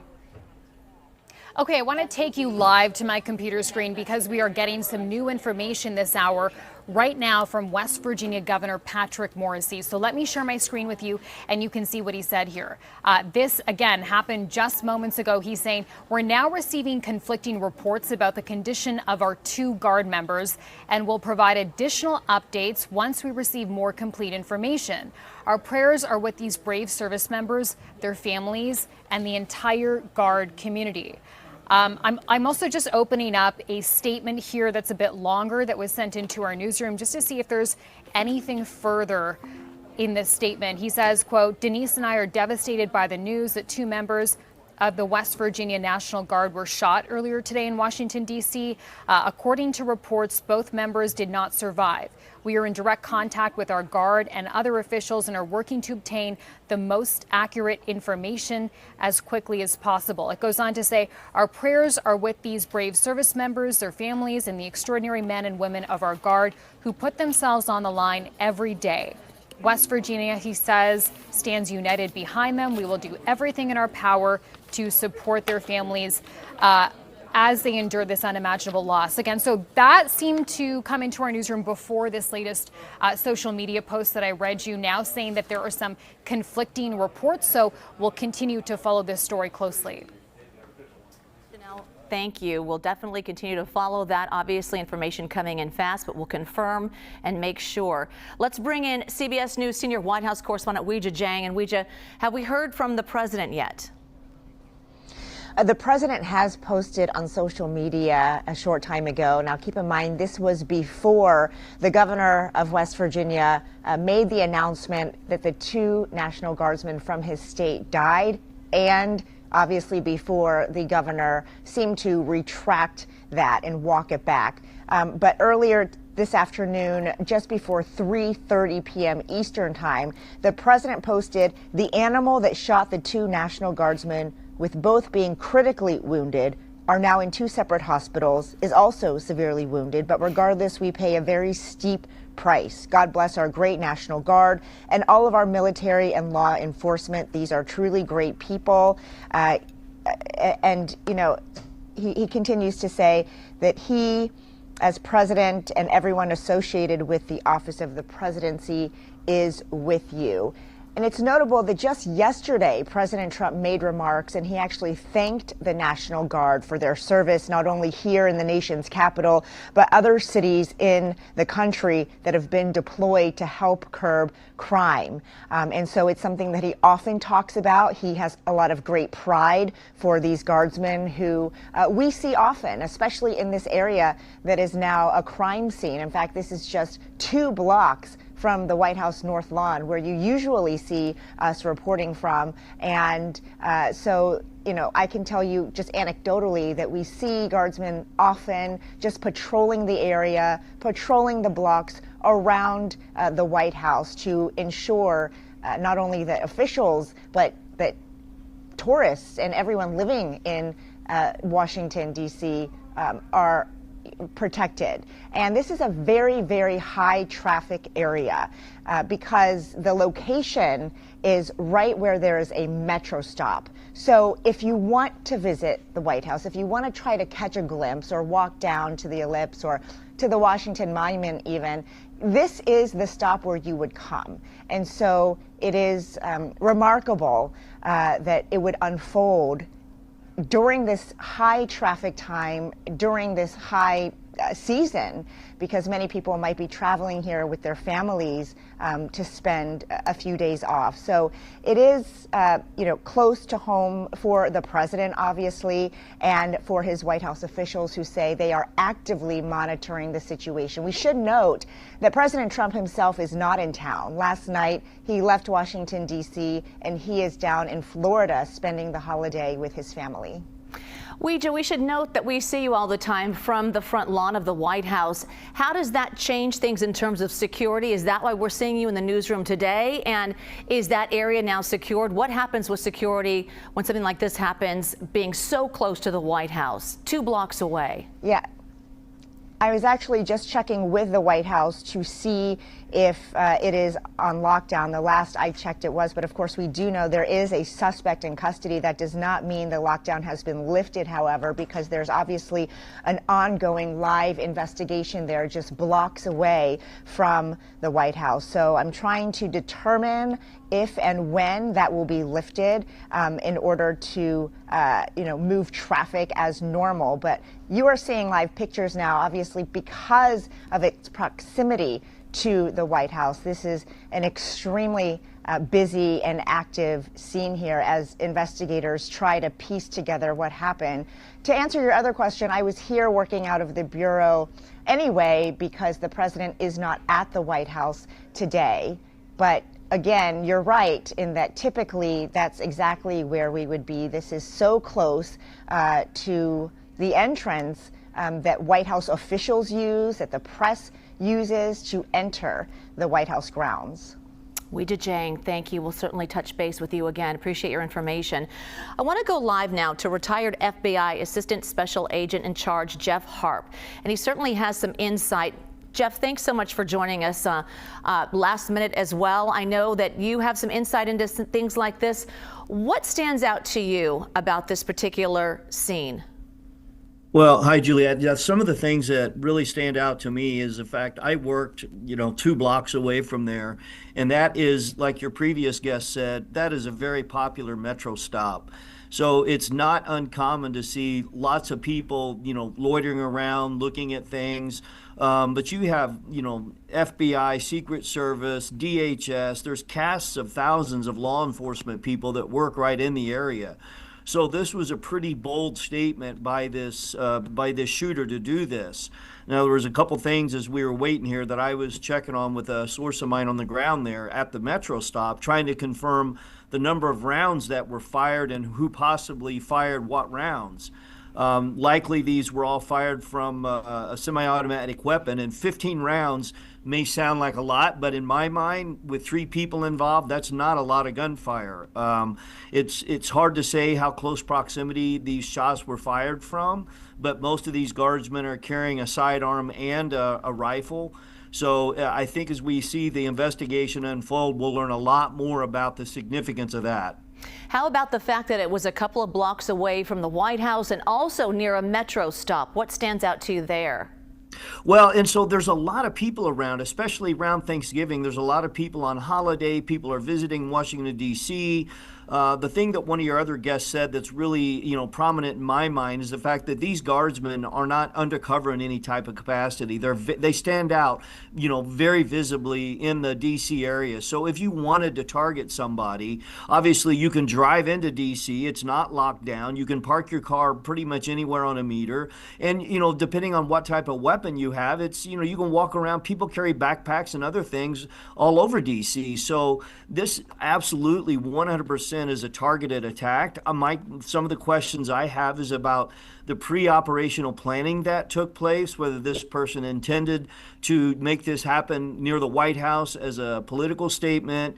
We obviously have guard troops in other places across the U.S., and I know there's alerts that have gone out. I've seen those. So this is going to unfold in the next couple of days, and we're going to learn more. The other previous guests also mentioned having the person's, their data, their electronic data. That's going to be scrubbed, and just to make sure that if there were others involved, that they're able to track that down. Certainly, the footprint of the suspect and the suspect's MO. At what point do we know that in fact he acted alone, or could there be others involved? Well, and so that's always a guess. And like the previous guest said about lone wolf attacks, these things are really, really difficult. I know there's a lot of professional people out there who look at events leading up to an attack and how they make that determination whether this person is going to be operationalized or not. And I think we will learn the same thing about this attack. What did they do that preceded the attack? What made them become operational? Was it something they did themselves? Were they encouraged by others? Was it completely done as a lone wolf? It's really hard to say. And then again, the thing that we always struggle with are the mental health conditions of folks that do these horrific acts. What do we know moving forward? We have a holiday tomorrow. We have a parade coming up in New York. There are people gathering. What does this mean for law enforcement, for all of the agencies moving forward, for their own safety and for the public safety? Yeah, anytime we have a holiday coming up, and we have these, when I was in the Bureau, every year there was some sort of holiday threat that we were concerned about. That exists still today. Every holiday, anytime you have mass gatherings of people, it allows itself for an opportunity for someone to do one of these acts. And unfortunately, they can fire indiscriminately into a crowd and just targeting whoever they, want to. So that's the tough part of this job that these folks are going to have. Preventing the next attack whenever these lone wolves oftentimes are radicalized online in the privacy of their own home, protected by a lot of First Amendment activity, and yet law enforcement doesn't ever see it coming, which obviously they didn't see it coming today. Jeff Harp, appreciate your insight. Thank you so much. We'll circle back with you. Thank you for joining us. Let's get back to our breaking news correspondent Chanel Call following the latest developments right now from the newsroom. Chanel. And Jules, obviously a really fluid situation. Things are changing by the minute. But just to recap here for our viewers who are just tuning in, look, this happened sometime before 2:42 p.m. That is when we got the first alert about this shooting. Let me tell you a bit about where this happened, because that is significant to note. So I'll share my computer screen with you here. You can see it happen at the corner of I Street Northwest and 17th Street Northwest. And if I zoom out, you can actually see that it is simply 2 blocks north of the White House. So obviously some big security concerns here. Now here's what DC Fire had initially said happened. They said, Jules, that they had reported 3 gunshot victims. 2 of them they'd said were National Guard troops. Then later on this afternoon, we saw this post from Governor Patrick Morrisey, and on social media, he had said that those 2 National Guard troops had died, and he'd also said that they were from West Virginia. Now, a couple moments ago, he sent out a new and updated statement. Take a look at this. He now said, "We are now receiving conflicting reports about the condition of our 2 Guard members and will provide additional updates once we receive more complete information.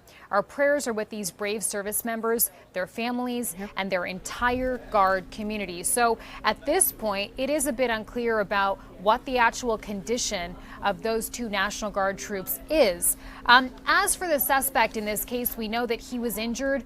Police say that they do have him. He was apprehended after being taken to a D.C. area hospital. I'll also note that we've been tracking social media reaction online from politicians really on both sides of the aisle, really expressing support for National Guard troops, the work that they do, and also thoughts and prayers for those 2 members who were impacted by the shooting today. In fact, Vice President J.D. Vance also spoke about this while he was at a Thanksgiving event in Kentucky. Take a listen to that. I want to say first, before we get started, on a somber note, we had, and some of you may have seen this on your phones or on social media, but apparently there was a shooting outside the White House just a couple of hours ago. And we're still learning everything. We still don't know the motive. There's a lot that we haven't yet figured out. But what we do know is that a couple of National Guardsmen were injured in the line of duty. And first of all, I want everybody who's a person of faith to say a prayer for those 2 National Guardsmen, that they're able to spend Thanksgiving with their families instead of losing their lives, because I understand they're still in pretty tough condition. But I think it's a somber reminder that soldiers, whether they're active duty, reserve, or National Guard, our soldiers are the sword and the shield of the United States of America. And as a person who goes into work every single day in that building and knows that there are a lot of people who wear the uniform of the United States Army, let me just say very personally, thank them for what they're doing. We're grateful to them, and we're praying that they're going to be safe and they're going to spend Thanksgiving with their families. God bless them. So, Jules, as for what's happening on the ground, you know, in the moments after this shooting happened, we saw such a huge police presence, such a huge emergency response presence there. Obviously, because of where this happened as well, there was certainly a lot of interest in this. And I want to note that there is a multi-agency response to the situation. So there are secret staff members there, ATF, U.S. Marshals, Park Police, and Metropolitan Police, all assisting in this investigation. We're also awaiting a press conference from D.C. Police. Hopefully, we'll be able to learn a bit more about exactly how this happened and what's next. All right, Chanel Call, we'll check back with you. Chanel, thank you. Let's go back to Anna Schechter, Senior Coordinating Producer with CBS News Crime and Public Safety Unit. Anna, what have you learned so far? Bring us up to speed. Sure. Well, as Chanel was describing, the shots were fired in the 2 p.m. hour this afternoon near that metro station very close by to the White House. This is where a lot of tourists gather. They want to come. People are on holiday this week, so a very busy time of year. And these 2 National Guard soldiers were shot. About 15 shots were fired in total. My sources tell me the suspect was hit perhaps in the arm, but hit about 4 times. So there was a shootout type of situation. It is unclear, but it appears to be a kind of lone wolf situation.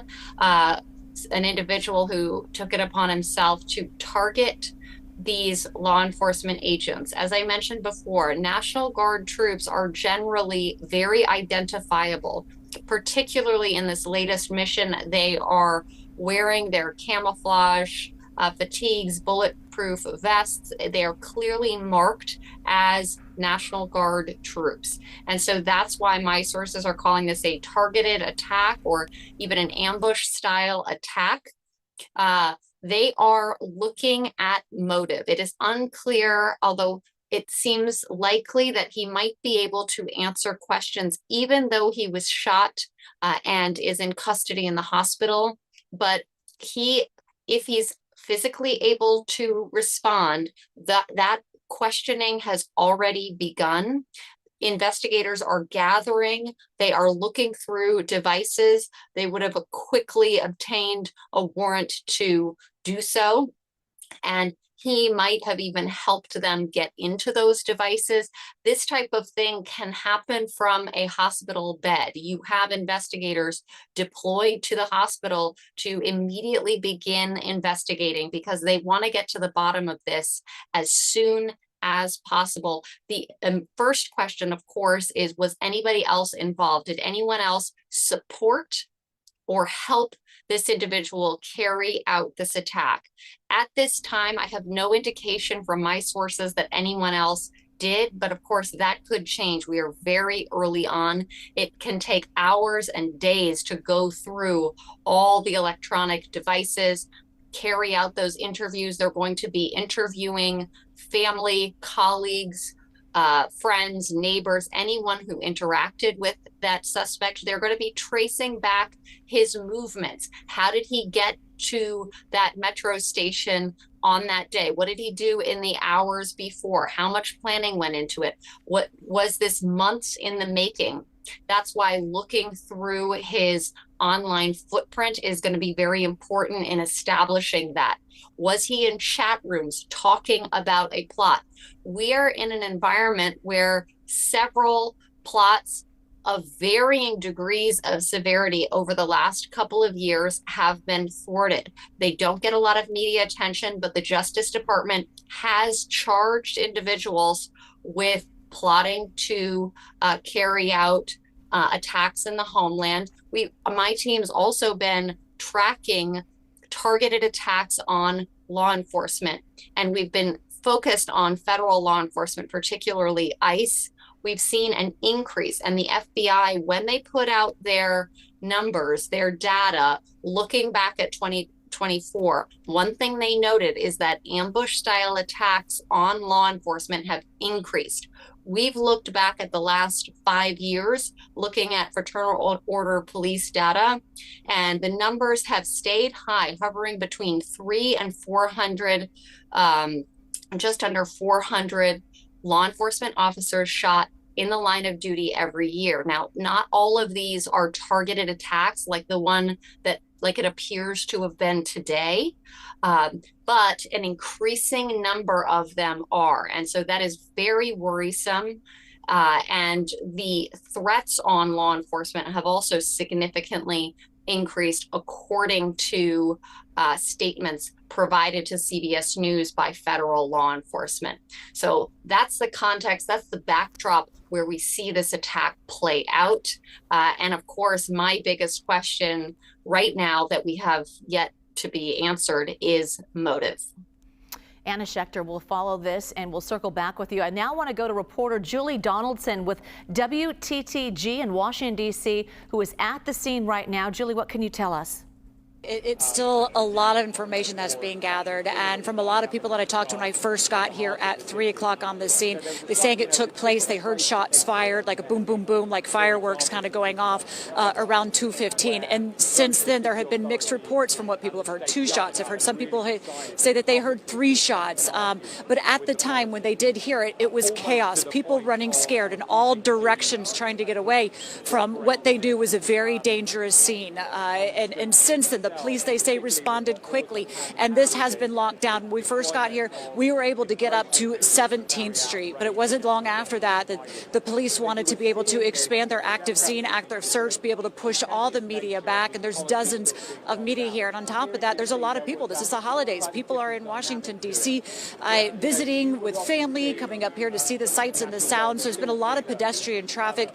They pushed us quickly back to 16th Street. So that's where we are right now, 16th and I. The information, again, that we are getting from those that saw and heard what happened is mixed. And of course, we really want to wait until we get the information, which will be at a press conference the police are holding. I am told the mayor will be there as well, that she was being briefed on all of this. That's going to be happening over where Nana is. So as soon as we do have that, we know Nana will bring that information. And we'll certainly bring that to you live as well. Let's bring in CBS News national security contributor Samantha Vinograd. Sam, what information do you have now? Well, in my experience, Lindsay, what we're waiting for in this press conference is to hear any specific details that that law enforcement and the mayor can release about the suspect and the condition of the National Guardsmen. In my experience in these moments, the goal is to be transparent with the public about the level of threat that the public may still face, about the condition of those that are injured or potentially killed, and of course any information about the suspect. We may also hear officials ask for the public's help in gathering information about the suspect and motives. We've seen that play out in other instances like this. So that's what I'll be watching for in this press conference. In this moment, we're all thirsting for information, but there is very little.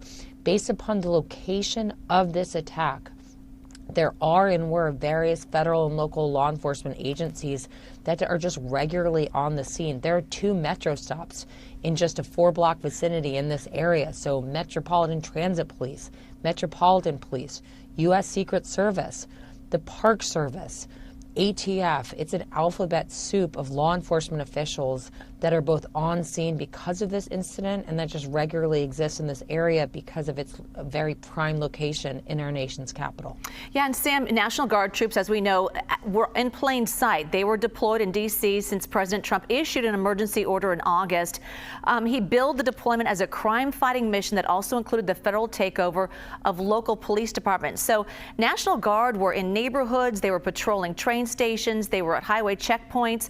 What does that tell you in terms of the presence there? It was near a metro stop and near the White House. Is there any kind of motive or information we can glean from that?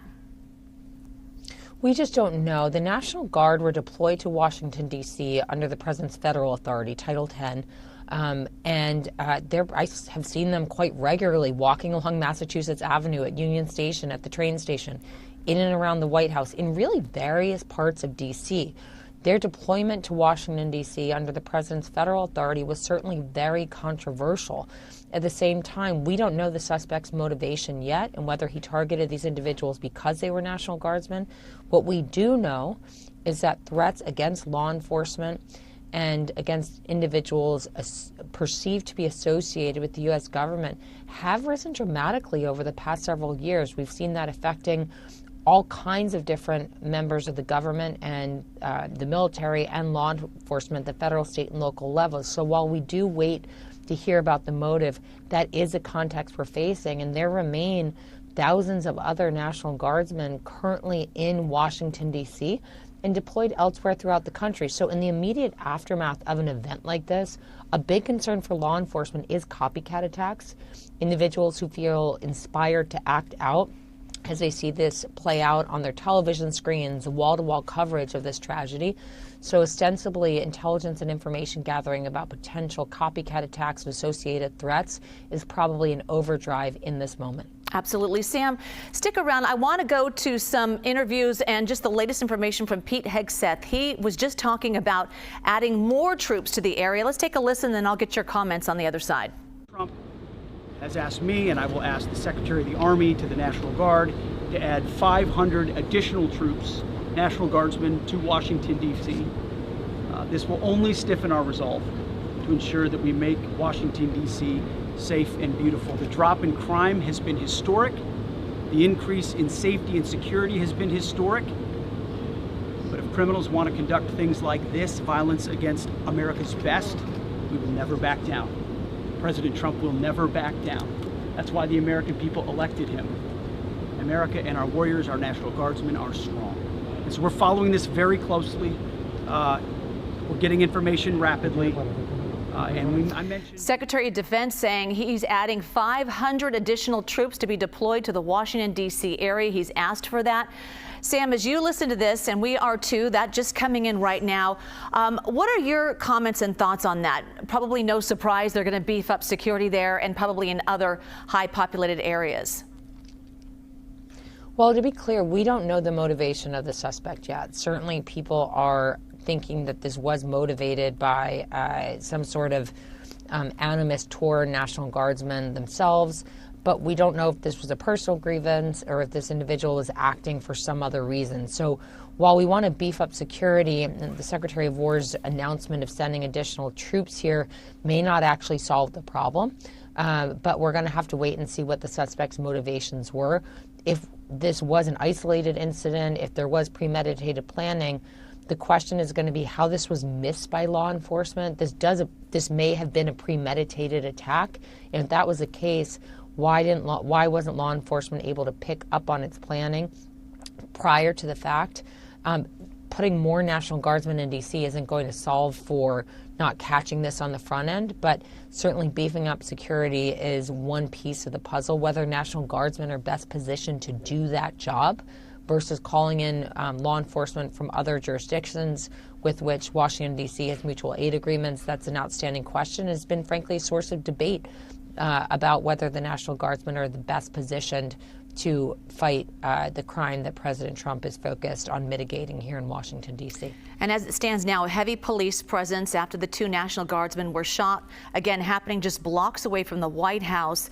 Sam, what does that tell you in terms of the proximity to the White House? I know that we don't know a motive or the reasonings or the cause, but it certainly was very close to other security concerns just blocks away.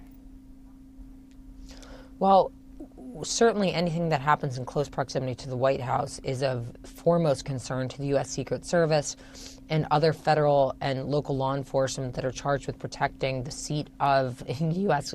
executive power here in the United States.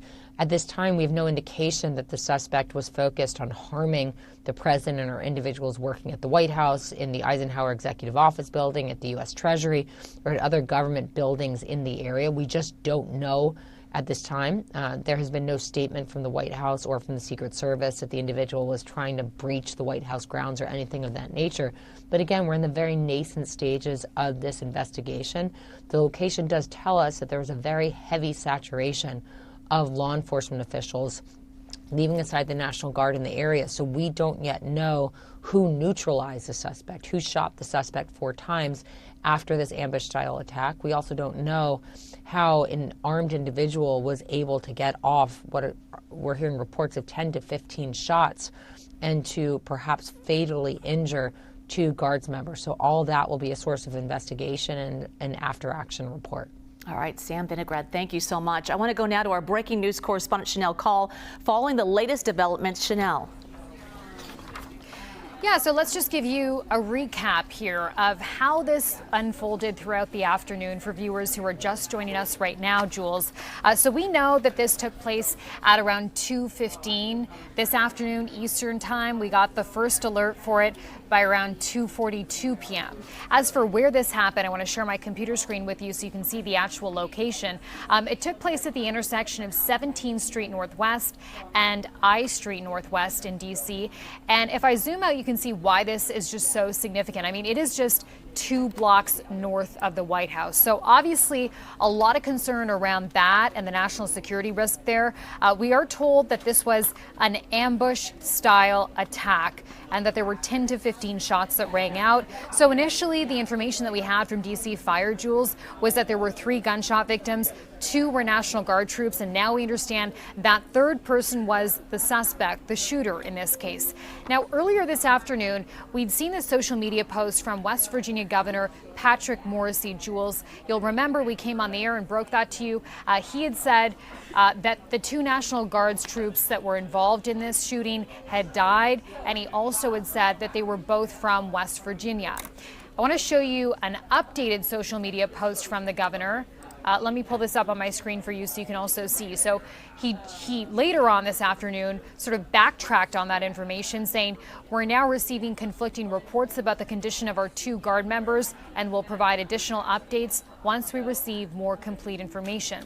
Our prayers are with these brave service members, their families, and the entire Guard community." So again, still waiting to get some more information on the condition of those 2 National Guard troops.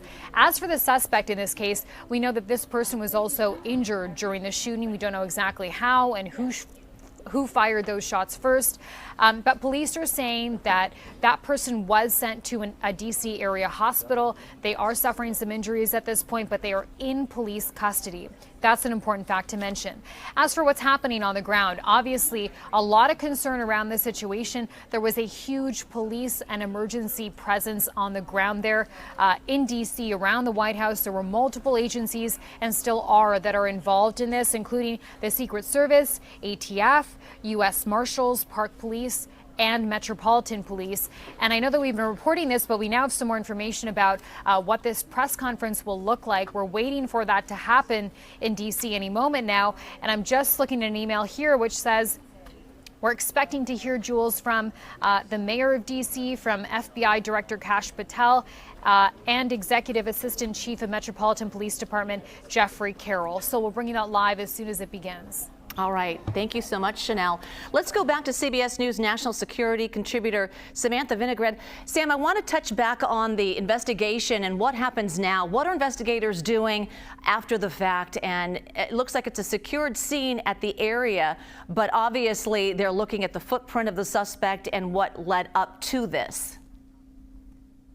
Well, in these sorts of situations, there are various lines of effort that are underway simultaneously. First, a priority is investigating whether there is an ongoing threat to the public. This scene certainly looks secure, but trying to ascertain who the suspect is, getting a warrant to scrub the suspect's phone, their social media accounts, getting a warrant for their residence anywhere they may have stayed recently is going to be incredibly key to understanding whether the suspect acted alone, whether the suspect, for example, and again, these are all hypotheticals, but whether the suspect placed any sorts of explosive devices somewhere or instructed any others to follow in the suspect's footsteps. So just understanding who the suspect is, where, how and they got to Washington, D.C., who they were in contact with is key to try to understand whether there's any ongoing threat to the public. In addition to that, they are going to be working to ascertain the motive of the suspect, conducting in-person interviews with individuals the suspect lived with, the suspect's family, to try to figure out what drove this individual to violence. Concurrent to that, tracing the weapon used, again, to try to figure out who the suspect is, whether the weapon was lawfully purchased and transported to Washington, D.C. And at the same time, officials are going to be doing an after-action report. You know, this area of Washington, D.C., I've lived here on and off for 20 years, is one of the most saturated from a law enforcement perspective based upon its proximity to the White House and other federal buildings. And I think our press conference is going to start momentarily. I see the mayor on screen now.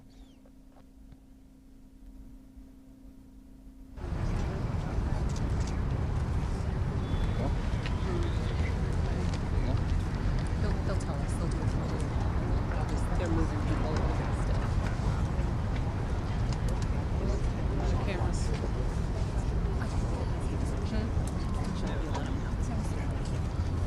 Jimmy, are we ready? Ready. Good afternoon, everybody. My name is Kash Patel, FBI Director. We're here to brief you on the tragic events that happened today at approximately 2:15 local time in Washington, D.C., where two of our brave members of the National Guard and the Department of War were brazenly attacked in a horrendous act of violence. They were shot. They're in critical condition. As you can see behind me, we have assembled the full force of both the federal and state and local law enforcement agencies to bring bear all of our resources to make sure we find the perpetrators responsible for this heinous act. And make no mistake, they will be brought to justice. Since this is an assault on a federal law enforcement officer, this will be treated at the federal level as an assault on a federal law enforcement officer. The FBI will lead out on that mission with our interagency partners to include the Department of Homeland Security, Secret Service, ATF, DEA, and we're thankful for the mayor's assistance in this matter, the Metropolitan Police Department and their skills in investigating homicides and gun shootings in this city is exceptional. We will work together collaboratively because this is a matter of national security, because this is a matter of pride. President Trump has been informed. We've been in contact with the White House. We will shortchange the American public with no resources to make sure we find and safeguard our nation's capital right here in Washington, D.C., and bring anyone responsible for this heinous act of violence to justice. I would lastly like to add to the American public and the world, please send your prayers to those brave warriors who are in critical condition and their families. They are here serving our country. They are here protecting everyday Americans and citizens around the world in our nation's capital. They are the heroes of this day, and we must remember them on this day and every day, and their families and the sacrifice they have made. I will now turn it over to Chief Carroll of the Metropolitan Police Department. Thank you. Good afternoon, everyone. My name is Jeff Carroll. I'm the Executive Assistant Chief here at the Metropolitan Police Department. At approximately 2:15 this afternoon, members of the DC National Guard were on high visibility patrols in the area of 17th and I Street Northwest when a suspect came around the corner, raised his arm with a firearm and discharged it at the National Guard members. The National Guard members, there were other members that were in the area. They were able to, after some back and forth, able to subdue the individual and bring him into custody. Within moments, members of law enforcement in the area were also able to assist and bring that individual into custody. At this time, as the director mentioned, the National Guard members are being treated at a local hospital. DC Fire and EMS responded to the scene to provide first aid for those individuals and transport them to a local hospital. The suspect in this case was also transported for treatment at a local hospital. Madam Mayor. I'm Muriel Bowser. I'm the mayor of Washington, D.C., and I, too, want to send my thoughts and prayers to the families of the Guardsmen and to the Guardsmen who are in critical condition in a local hospital. I am joined by members and leadership from the D.C. National Guard, from the West Virginia National Guard, United States Secret Service, Deputy Mayor Pia, Fire Chief Donnelly, and Metro's General Manager Randy Clark, and we join with the FBI Director in ensuring that MPD.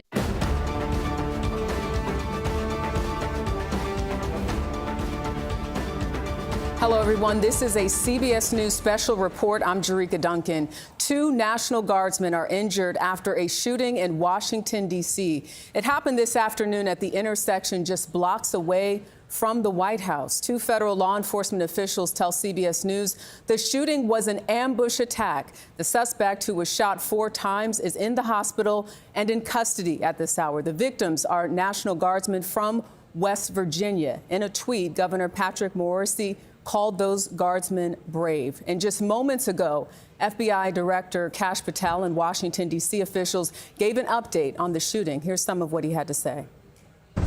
We're here to brief you on the tragic events that happened today at approximately 2:15 local time in Washington, D.C., where 2 of our brave members of the National Guard and the Department of War were brazenly attacked in a horrendous act of violence.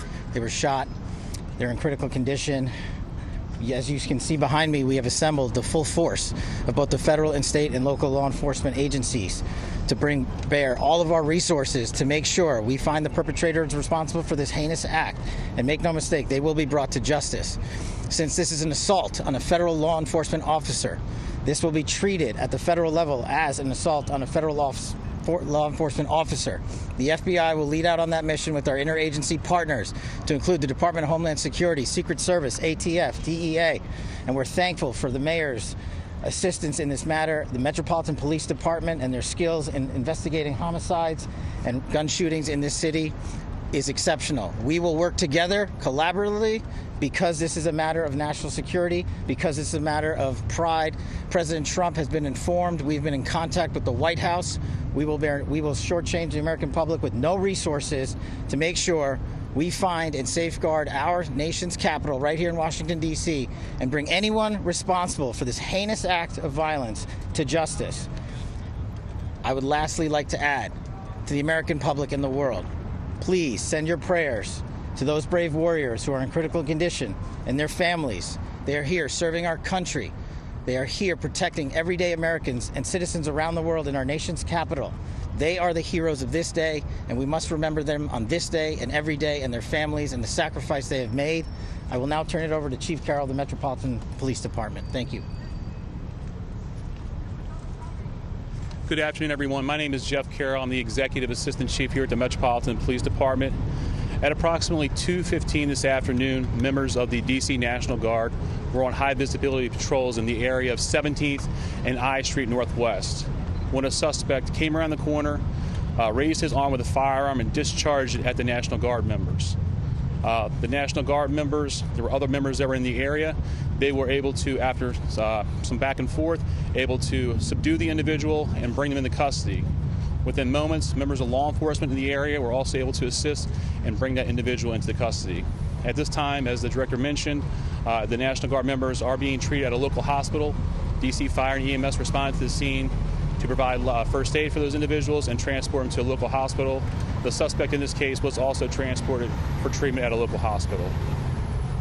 Madam Mayor. Such a brazen act right before Thanksgiving. The chief there again saying he raised his arm with a firearm and discharged at National Guards members. I want to turn now to CBS News Homeland Security correspondent Nicole Sganga, who is at that news conference listening in as well. Nicole, what more can you tell us at this hour? Jerika, the scene took place just hundreds of feet behind where I am standing here, just 2 blocks north of the north lawn of the White House, and we're learning new details about that chaotic scene that played out just around 2:15 p.m. near a metro station here in downtown D.C. Of course, we heard from officials just moments ago that 2 members of the National Guard remain in critical condition. We know that at least one of them was medevaced to a local hospital, both there now. The suspect also at an area hospital, also sustaining injuries. We are told that is the extent of the injuries at this time. But senior federal law enforcement officers also telling CBS News that at this time there is believed to be no nexus to the White House or the president, despite the close proximity at which this all played out to the People's House. And we should say I was here just moments after this all happened, and the federal law enforcement presence here on the scene was enormous, with U.S. Secret Service descending within moments alongside other members of the National Guard who were on what's called high visibility patrol when all of this happened. It was those National Guard members that were able to subdue the suspect here, and federal law enforcement sources telling me that that suspect had a handgun on him at that time. That is the weapon that he raised that you heard law enforcement talking about there. But within moments, other law enforcement members responding from the Metropolitan Police Department, and they were joined shortly thereafter by the U.S. Secret Service, the U.S. Marshal Service, and ATF, all of them coming onto the scene. Now, moving forward, because this is an attack on a federal, is being treated as an attack on federal law enforcement officials, even though the National Guard is something a little bit different. The FBI will lead this investigation along with the Department of Homeland Security. Yeah, Kash Patel mentioning how serious they are taking this matter. Nicole Sganga, thank you so much. Senior White House correspondent Weijia Jiang is also with us. Weijia, remind us of why the National Guard is even in Washington, D.C. to begin with. Yeah, Jerika, you may remember that back in August, this came as an order from President Trump to activate these members of the National Guard as part of what he described as a crime-fighting mission. He often talked about the crime here in the nation's capital, along with gang violence, and so he brought in members from at least 8 states as part of a task force. And really, they are staged all across the city, but in particular in federal parks, at subways where this unfolded, just blocks away from the White House, and anywhere there is high traffic. And Jerika, I can tell you that this is certainly an area that has so many people because of its proximity to the White House, because it is a major metro stop.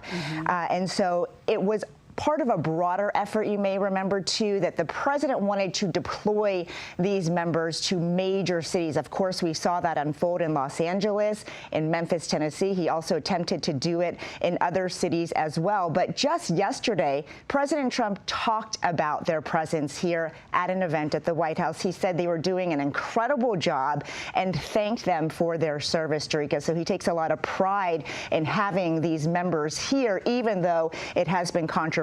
In fact, the D.C. Attorney General has filed a lawsuit that is ongoing, saying that that order from President Trump was not a legal one because he doesn't have the authority to intervene in local law enforcement, and that case is ongoing, Jerika. And speaking of the White House, Secretary Pete Hegseth just announced that the president plans to order even more troops to the nation's capital as a result of what happened today.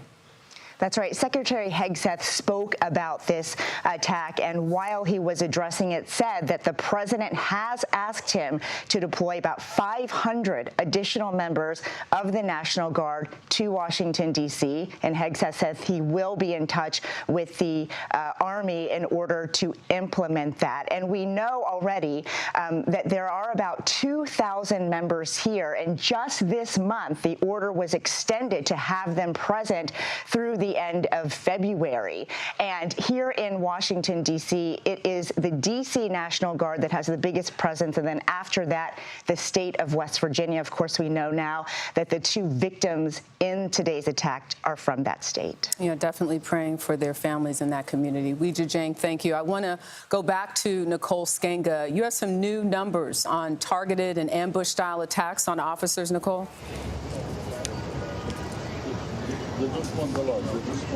Absolutely, Jerika. And we know that the 2 victims in today's attacks were, as we just stated, members of the National Guard from West Virginia. But just to put this in context for our viewers so they understand what a sort of law enforcement is up against and what the threat environment has been like over the past several months and year, according to the National Fraternal Order of Police, as of October 31st, there have been 285 officers shot in the line of duty, 38 of them killed. There have been 58 ambush-style attacks against members of law enforcement during that time, including 19 of whom were killed. We've done a lot of reporting in this space, and we also know that the Department of Homeland Security has been sounding the alarm on this threat environment, and law enforcement officials coming under a magnifying glass. From January 21st, 2024 through November 21st, 2024, there were just 19 reported assaults against ICE law enforcement. That same number 1 year later, 238 reported assaults, just to give you a sense of what officers are up against and that threatened environment that they are facing when they are patrolling the streets of America. You know, they never know what they're going to face each and every day. Nicole Skenga, Weijia Jiang, thank you all so much. Once again, 2 West Virginia National Guardsmen are injured after an ambush shooting just blocks away from the White House. A suspect who was shot 4 times is in custody and in the hospital. Our coverage will continue on CBS News 24/7, your local news, and tonight on the CBS Evening News. This has been a CBS News special report. I'm Jerika Duncan.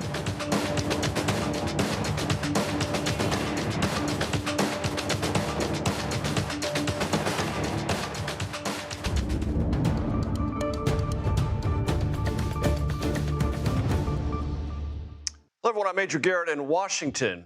Normally, this would be the beginning of the take-up, but we are in rolling coverage of a breaking news situation here in the nation's capital.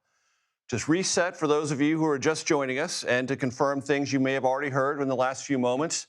2:15 p.m. here in Washington, D.C., 2 members of the National Guard deployed from the state of West Virginia were shot in what is being described as a targeted and ambush-style attack 2 blocks from the White House. They are in the hospital in critical condition. The suspect apprehended, also in the hospital with severe injuries. That is the basic outline of what happened. Sam Vinograd joins me now to fill in lots of other details. We'll have Nicole Skenga, Weijia Jiang, and others joining us as we go through the day. Sam? Well, we just learned some new information, Major. We had a press conference from federal and local officials in which we learned that one suspect allegedly walked around a corner in a heavily populated area of Washington, D.C. For our viewers who aren't from here, this is one of the most saturated parts of Washington, D.C. when it comes to law enforcement presence. You have the U.S. Secret Service. You have the Park Police.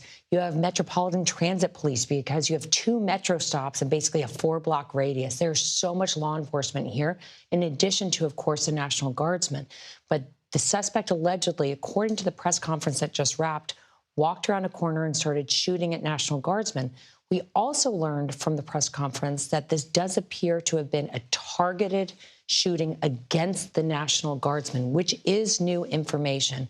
What we still don't know, and it's likely, unfortunately, going to take days, if not weeks, to understand, is whether this individual truly acted alone, whether the suspect was in touch with others about the suspect's plans, and then dialing back from that, whether there were indications that this attack was going to be underway that law enforcement somehow missed. And the benefit of digging into all of that simultaneously, Major, is to try to prevent this from happening again. And Sam, the deputy chief of the Metropolitan Police Department, Jeff Carroll, said, based on what they know now, early stages, 1 perpetrator in custody, no continuous threat to the public in or around the White House. We know a couple of other things I want to let the audience know.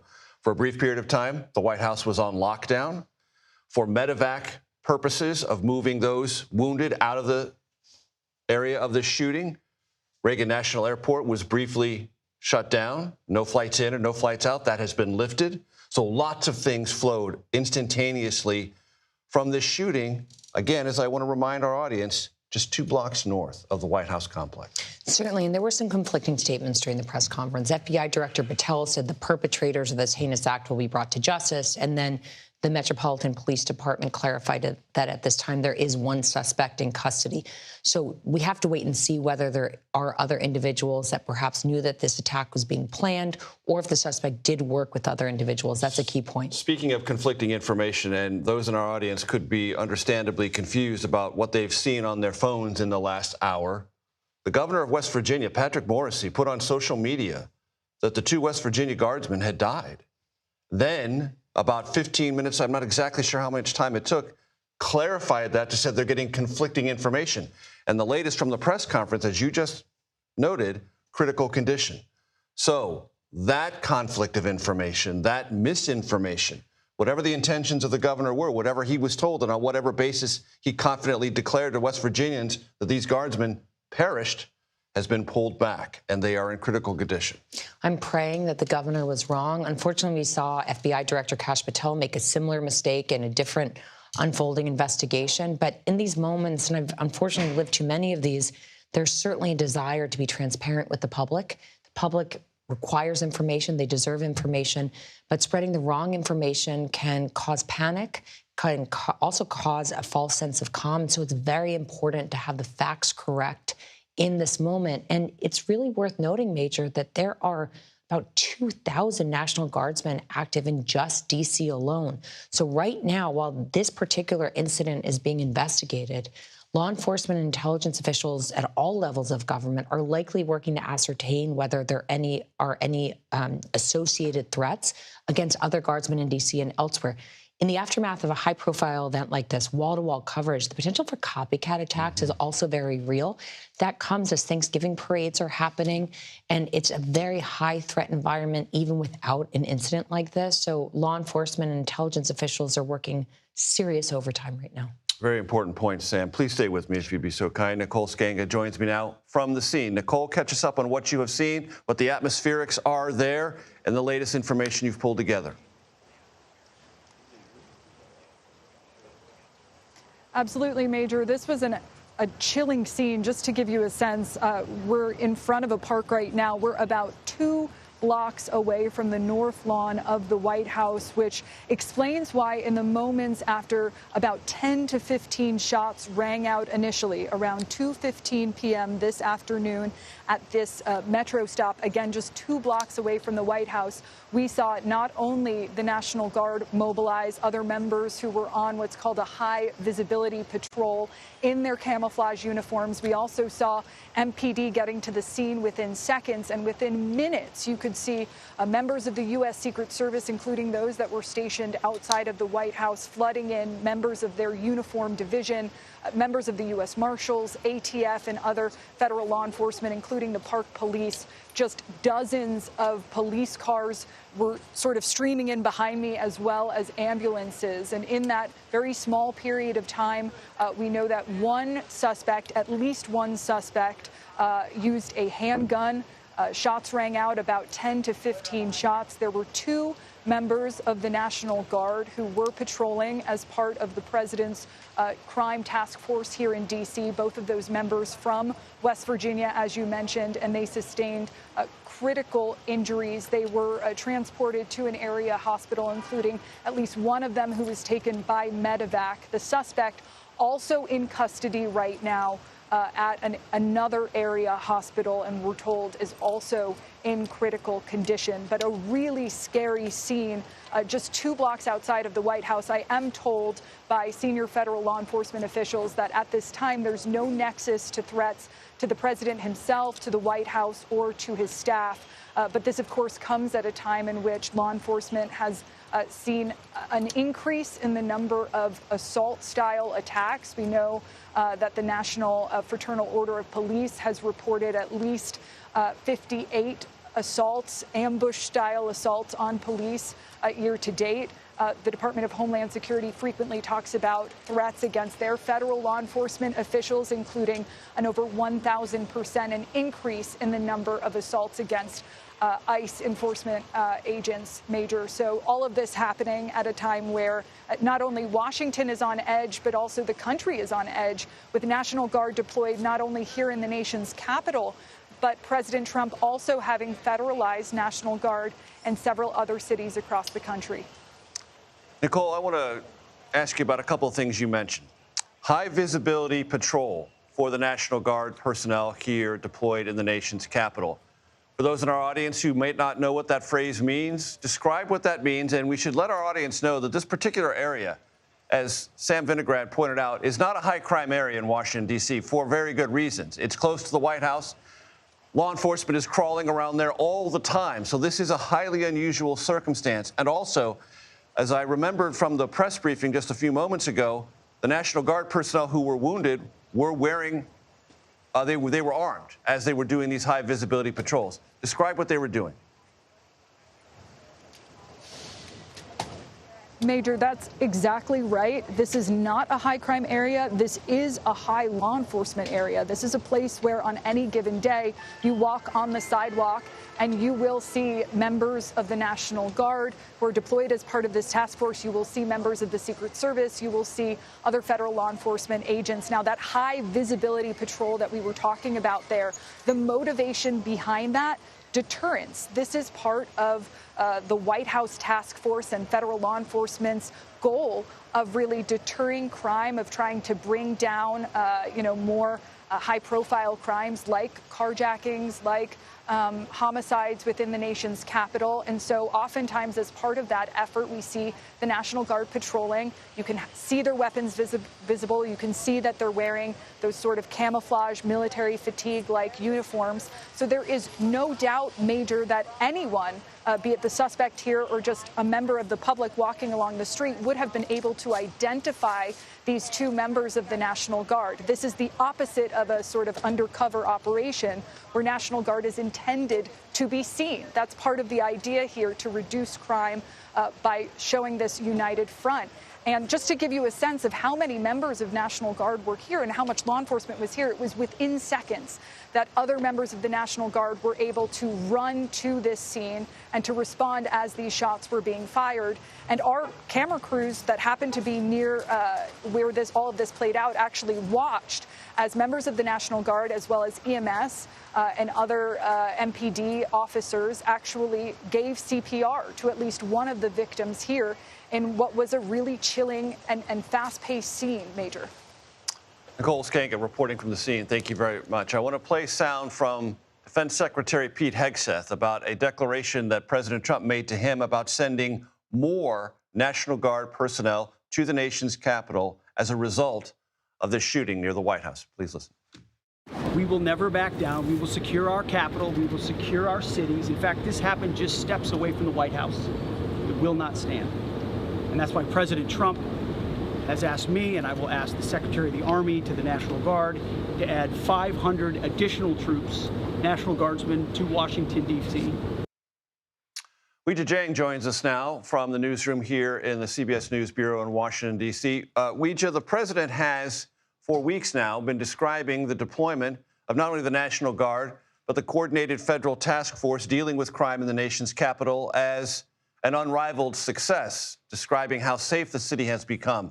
A transformation, he has said many, many times. And what is true about heinous and random violent crime is it confounds police and it confounds even a president, because it happens even with the best efforts and the most elaborate plans to keep things and people and streets safe. That has played out quite obviously today. Major, you're right. Just yesterday at a separate event at the White House, the president spoke about this effort, what he calls a crime-fighting mission to not only eliminate, but to deter future crime. In fact, he ordered the National Guard be activated back in August, even though it was met with controversy here in the nation's capital from elected officials, from local officials who have since challenged it in court. But Major, you are right in that President Trump, at every opportunity he gets when he talks about Washington, D.C., loves to talk about the pride he has in seeing these members of the National Guard, because he believes that they have been able to bring the crime down. And he has said repeatedly that he does, in fact, have the authority to activate them, not only here, but across the country, because he argues he is the commander of in chief. And so while that plays out in court, certainly they are here, they are present. In fact, he just signed an order this month to extend their presence through the end of February. And to your point that you were talking about with Nicole, these are folks that you see every single day. To get to work, we have to pass by them. We see them staged in public parks and certainly around public transit a lot, particularly this corner where the shooting unfolded, because its proximity to the White House. It's such a major hub for the metro that is where you would have to get off if you wanted to take the transit and go sightsee in that part of town. So Major, right now, I can tell you the White House and officials who I've talked with say they are closely monitoring the situation. They do not want to talk about the politics of why the National Guard is here. They are focused on the investigation and on these families who just received this horrific news, Major. And to buttress your point, Weija, about the reaction here in Washington, D.C., some members of the D.C. City Council were very much opposed to National Guard deployment. Mayor Muriel Bowser was cooperative to a point, saw the need and the assistance as being beneficial, maybe in a deterrent way, maybe also in a specific way dealing with some persistent crime problems, maybe some teen violence, things dealing with carjacking, the federal task force helping her in that response. She's walked a very fine line with these deployments. And as you said, anyone walking around the White House, the National Mall, or surrounding areas sees the National Guard all the time. And for this to happen sends a very alarming signal to the White House that maybe this is not just a deterrent, but maybe they are now becoming some kind of target. We'll explore that more with Sam Vinograd and a guest from the FBI just in a moment. But any additional thoughts you might have on that, Weege? Well, that might be the case, but that's not what we saw unfold, given what we just heard from the clip you played from Secretary Pete Hegseth. So it seems that they are doubling down on this, sending even more members of the National Guard here to the nation's capital. And if you have listened to the president, there's one thing that is for certain. He does believe that it makes a huge difference, not only here, but he wants to see it everywhere. Of course, there have been many challenges to that effort. Even here, the Attorney General for the district has filed a lawsuit which is still ongoing in court. But certainly the administration's position is that they are helpful in fighting crime. And to your other point, Major, the mayor has also conceded that, even though initially she, tried to push back, tried to fight back on this. Ultimately, we saw her evolve and say she wanted to work with the federal law enforcement agencies because there was a benefit. There was a reduction in crime. Weija Jiang, thank you so very much. Former FBI agent Jeff Harp joins us now. Jeff, with your permission, I want to play for you some sound from the scene we just heard a few moments ago from FBI Director Kash Patel. Let's play that. We will work together collaboratively because this is a matter of national security, because it's a matter of pride. President Trump has been informed. We've been in contact with the White House. We will shortchange the American public with no resources to make sure we find and safeguard our nation's capital right here in Washington, D.C., and bring anyone responsible for this heinous act of violence to justice. Jeff, evaluate that declaration that this is about national security. Well, I mean, anytime you have an event in Washington, D.C. that involves a crime of this nature where it could affect a lot of different folks, they're going to say this is a national security level event. And I understand what he's saying, that, the FBI will bring the resources to bear because at the end of the day, they work with the same agency that prints the money. So they bring a lot of resources to help solve a case like this. What are your thoughts based on what you've heard so far from the scene and from those involved with pulling the investigatory information together so far? Yeah, these are very difficult because anytime you have a lone wolf operator, and I think that's what we've initially determined this to be, and that will remains to be seen. These people can sometimes get radicalized on their own, whatever sort of radicalization they believe in, and they can act on their own without the involvement of others. Now, I think what we have also seen in the past that a lot of these shooters that we say, hey, there was what we call leakage, where they talk about things that happened prior to them making this horrible act. They talk about it. They post things. They obviously they go out and buy firearms, ammunition, and that sort of things. So the precursors that lead up to these events sometimes are seen by others, but a lot of times it's really, really hard to act upon it because it can be sort of nebulous in nature. Jeff, the FBI director called this brazen. I wonder if you have any thoughts about the location of this, because the suspect, the gunman, who's now in custody and also obtaining medical treatment because of serious wounds, gunshot wounds after the fact, would have had to know not only is this a high-profile crime event, it is happening near the White House, and there would be no end of law enforcement descending upon him almost instantly.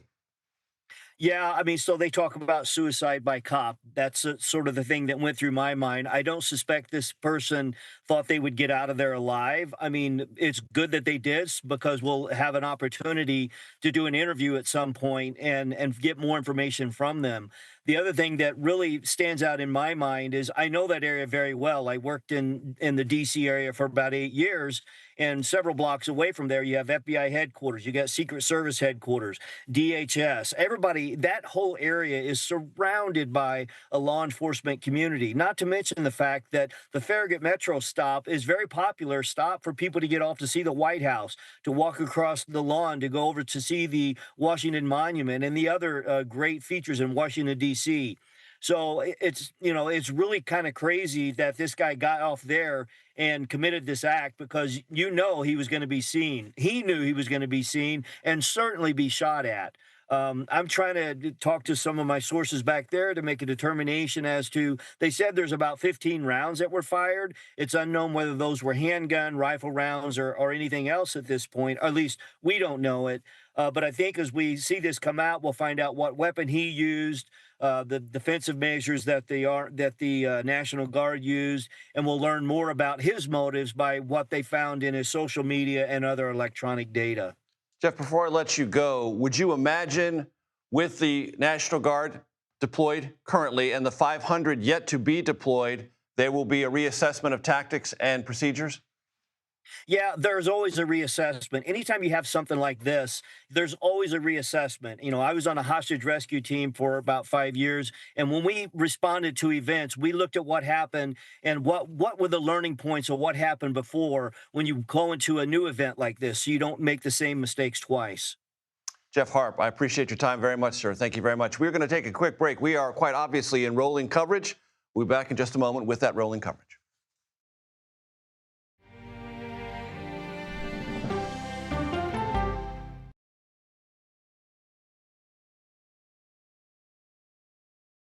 Everybody all set? Everybody good? You guys are set? Okay, let's go. What happened to our clapper? It's about to go down. What is going on? What's going on here? It's about to get real. How is this possible? Oh, come on. Come on. It's about to change. How about that? No way. Yes. I'll just ask this question very simply. You can talk about whatever you want. You know why? It's 60 Minutes. It's your show. It's about to get Whoa! This Chinese boat rammed us intentionally. Showtime, baby. Oh.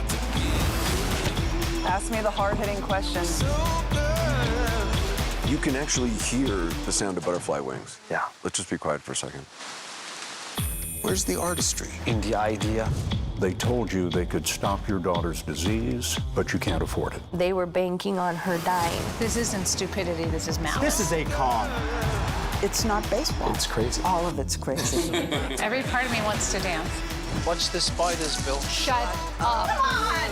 How did you get that? Sex, drugs, and rock and roll. Are you a billionaire yet? None of your business, man. You trying to get me robbed? It's time Can one of you guys get what this? for the new season There's got to be a movie here. of the CBS News original. 60 Minutes. 60 minutes. 60 minutes. 60 minutes. Oh, wow. CBS Sunday. and streaming on Paramount Plus. My God, that's good.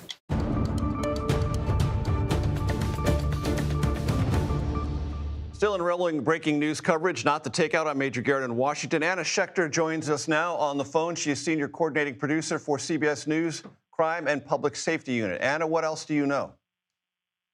Well, I just wanted to add a little bit of context. You're talking about how much security there is close to the White House there. And just a reminder that in May, 2 Israeli embassy employees were shot outside a museum right across the street from the FBI Washington field office. So this is not the first time a shooting has been carried out in such a highly policed area, thought of as a very secure area. Now, what's interesting to me right now as well is there has been a lockdown of information flow. I imagine investigators have already begun trying to ask the suspect questions. It seems that he's likely physically able to answer those. I'm hearing that he might have had ties to the community in D.C., so not traveled in. But a lot of this is very preliminary, and that is the latest that I have, Major. Anna, thank you so very much. Please stay with us. Sam Vinograd is still with me here at the desk, and I'm grateful that you have stayed with us. Sam, to Anna's point, so the May shooting, 2 members of the Israeli embassy shot and killed, that was one of the reasons the White House pointed to explain the necessity of bringing in the National Guard and this large federalized crime-fighting task force. That's point one. Point two, when Anna referred to what appears to be or feels to her as a lockdown in the flow of information, right near the end of the press briefing, some reporters asked, have you engaged in any conversation with the suspect? They didn't deal with that. How do you interpret those? Well, on your second question regarding a lockdown in information, we've already had misinformation, perhaps. We had the governor of West Virginia release a horrifically tragic update about the reported death of the 2 National Guardsmen, only to retract it. So in this moment, they clearly want to be transparent with the public, but they also want to make sure they're getting their facts straight. That's very important. They don't want to evoke panic or a false sense of calm. Now, I will tell you, Major, having worked on counterterrorism at DHS for several years, no matter how much law enforcement you have in an area, trying to find a lone actor is worse than trying to find a needle in a haystack. So you mean before the fact? Before the fact, right. Trying to prevent a lone actor from engaging in an act of violence is incredibly difficult. It's incredibly difficult because if they are talking to others, it's oftentimes in dark corners of the web. And so you're having a harder time just tracking down their communications and their planning before the fact. We saw that play out in front of when the 2 Israeli embassy officials were killed, and potentially we're seeing that play out right now. And that comes to the point about the Secretary of War indicating that more National Guardsmen will be deployed to Washington, D.C., 500 more in the aftermath of this horrific event. I am just not certain that deploying more officers physically to Washington, D.C. alone is going to solve this problem. It really has to involve extensive information gathering, intelligence gathering to try to prevent this act of violence well before an individual with a gun is walking armed on the streets of Washington, D.C. And I will just add, Major, we have seen a degradation in intelligence and information gathering as there have been huge cuts to the federal workforce. To the point about the National Guard, the deployment and these high visibility patrols, in the conversations that you ever had about counterterrorism or dealing with things in a public space, what is the debate that goes on internally about visibility versus invisibility and achieving goals from a law enforcement perspective? Well, it's not a zero-sum game. So the fact that you have a physical presence both to deter individuals from acting and then to respond if an act of violence starts to unfold is just one piece of the puzzle. And getting right-sizing that presence should be up to law enforcement professionals, not policy professionals, individuals that are used to making those kinds of calls. But that's just one piece of the puzzle, Major. The actual act of preventing an act of violence doesn't involve armed personnel on scene. It involves very careful information and intelligence gathering.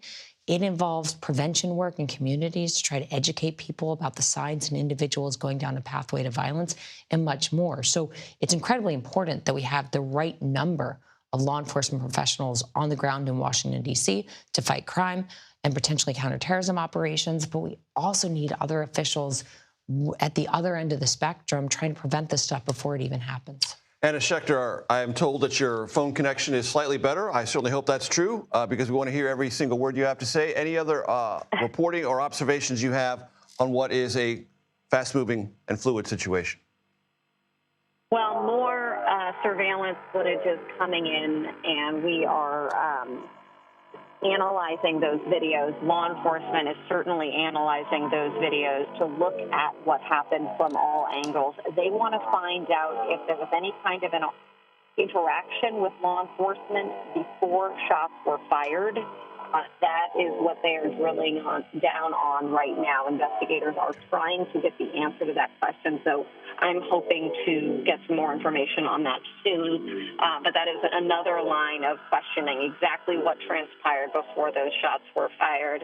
Doesn't appear that they spoke, but they're trying to determine if he might have said something before pulling the trigger. And Anna, to follow up on that point, when authorities, as they have described this as a targeted and ambush-style encounter, that means, from your vantage point and in the vernacular of law enforcement, for the benefit of the audience, what does that mean? That means that law enforcement was not engaging in a mission where they had guns drawn and there was the potential to have some kind of an altercation. They were going about their business unaware that there was a threat and the attacker opened fire. So that is a targeted, intentional attack that, in law enforcement terms, many law enforcement would use the term ambush to describe that type of an attack. Anna Schechter, our senior coordinating producer in our Crime and Public Safety Unit, thank you so very much. Sam, any other thoughts on that? Yeah, just one other thought is at this point, we don't even know if the suspect has been identified. What we've seen unfold in various investigations is, in the first instance, looking if this individual had any identification on the suspect's person. And we have seen other instances in which suspects had no ID. And so just figuring out who they were took more time. Obviously, in the case of the United Healthcare CEO's assassination, it took the public's help in identifying the suspect in that case. So at this moment, we actually just don't know if the suspect has been identified. That could be accomplished through biometric identification, fingerprints, and other matters. And the public may also be helpful in that regard. As it pertains to an ambush-style attack, these National Guardsmen here in D.C., we see them all the time. Mm-hmm. They're everywhere. And they have very specific rules of engagement. Certainly being fired upon meets the threshold of engaging in a counteraction. But these individuals, the National Guardsmen, ostensibly were armed. Part of their job in crime fighting here in D.C. is to be on the lookout for potential threats. And FBI Director Patel made a very important point during his press conference, which is these individuals' training kicked in. They responded to the ambush and prevented an even worse scenario from playing out. And I think we're going to learn more about that in the days ahead. But to that point, and I want to dig in on that just a minute, the National Guard personnel here are essentially patrollers. They are not active police detectives or going down places. They're just sort of working the perimeter of wherever they are in a visible way, again, to Nicole Skanga's earlier point, to achieve a deterrent effect. But they're not acting like cops. They're not trained like cops, and they're not invested with the authority. Legally authorized. Not legally Yes. authorized to be cops, and that's an important distinction. Certainly. And limiting to their role. It is, but they are here to patrol, to look for threats, and then to alert law enforcement to be those eyes threats. and ears. An ambush-style attack, there are split seconds to respond. Being fired upon is probably not something that they had in their plans for the day. But according to Director Patel, and again, we're going to learn more about this, once the ambush started, training kicked in and there was a response. And we'll learn more about who responded, how and when going forward. Sam Vinograd here with me at the desk, Anna Schechter on the phone. Thank you very much. We are going to continue with our rolling and breaking news coverage of the shooting 2 blocks from the White House involving National Guard personnel, suspect in custody, both National Guard personnel deployed from West Virginia in critical condition. We'll be back in just a moment.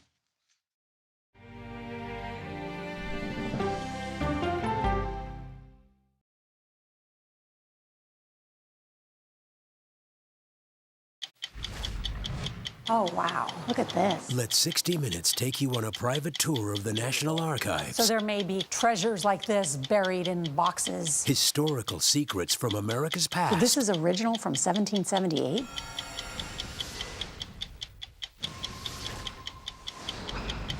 I'm Natalie Morales. Listen to 48 Hours NCIS wherever you get your podcasts. To be moderator of Face the Nation is not an anchor, it's not an actress. You are up here to moderate a conversation. That means bringing the most powerful stakeholders to the table to become better informed. Go to the ends of the earth. We'll hit the heights. And reach for the stars. Star power. I like it. Ta-da! I want to be part of this. Because there's always something new under the sun on CBS Sunday morning. No matter how you start your day, one thing is clear. CBS Mornings is the best way to start your day. I can see clearly now. My morning routine. The first thing I do when I wake up is turn off the alarm. I try to remember where I put my phone down. One alarm goes off at 4 a.m. I need not one, not two, but... And I'm out the door at 4:15. 3 snoozes to get out of bed fully coherent. How much detail are you looking for? I love a bath full of bubbles. The more bubbles, the better. I'm very quick with the actual coffee, shave, shower, dressed out the door, but all around that is just pure chaos. For example, this morning, these are dirty socks. You want my honest answer? Am I a morning person? I gotta be honest. I wish morning started at like 10 a.m. Can I say that? Clearly. It's a bright, bright, bright way to start your day. CBS Mornings weekdays at 7 on CBS. I'm Natalie Morales. Listen to 48 Hours NCIS wherever you get your podcasts. CBS Sunday night. Here we go. The ultimate tradition continues. And what I've seen, it's like chaos. America's longest running news magazine show is back. For 60 minutes! 60 minutes. With a new season. Hey, let's go. You're willing to talk about anything. I'm open to all of it. Ask me the hard-hitting questions. So how do you get over the nerves? Honestly, it's a whole bunch of mind The most influential people. Who's the best coach in college football? Let me see a mirror so I can look at it. Are you a billionaire yet? None of your business. Ain't you trying to get me robbed? Investigative journalism. Am I getting a real look at what life is like in here today? Absolutely not. Do you think people visiting know that these were looted? When stories threaten our way of life, 60 Minutes demands answers. This is the pager that Hezbollah was using. Do you have hope that you may find him yet? They were asking me to do something that was illegal. They're fighting for faulty parts? Yeah. What is the most important takeaway for our audience? How big of a problem is doping?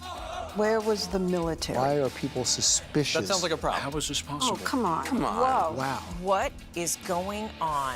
I'm Scott Pelley. I'm John Worth. I'm Leslie Stahl. I'm Bill Whitaker. I'm Sharon Alfonsi. I'm Cecilia Vega. I'm Anderson Cooper. This is 60 Minutes. The CBS News original. Showtime, baby. It's time for 60 Minutes Sunday on CBS. Don't miss a minute. Now streaming.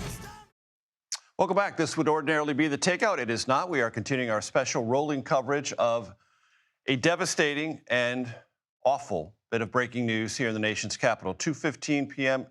local time. 2 members of the National Guard deployed from West Virginia shot in what has been described by authorities as a brazen and ambush-style shooting. They are in critical condition at a Washington, D.C. hospital. The suspect in custody, wounded in a exchange of fire thereafter, also at a hospital in serious condition, we are told. Former FBI Special Agent Catherine Schweit joins me now. Catherine, walk my audience through what's going on internally at the FBI now, because it has lead jurisdictional responsibility here, but it works very closely historically with the Metropolitan Police and other federal agencies. Everyone's all on deck for this one. Yeah, absolutely. Everybody's on deck. I feel for the people in West Virginia who are currently on the highway, leaving food behind in their refrigerators and on their tables, and everybody there saying lots of prayers for them. But for the FBI, they're hand in hand with the law enforcement officers who are in town already. A murder that occurs in D.C. is also a D.C. jurisdictional, issue too. So there'll be federal charges and state charges if the subject remains alive and he's charged, for sure.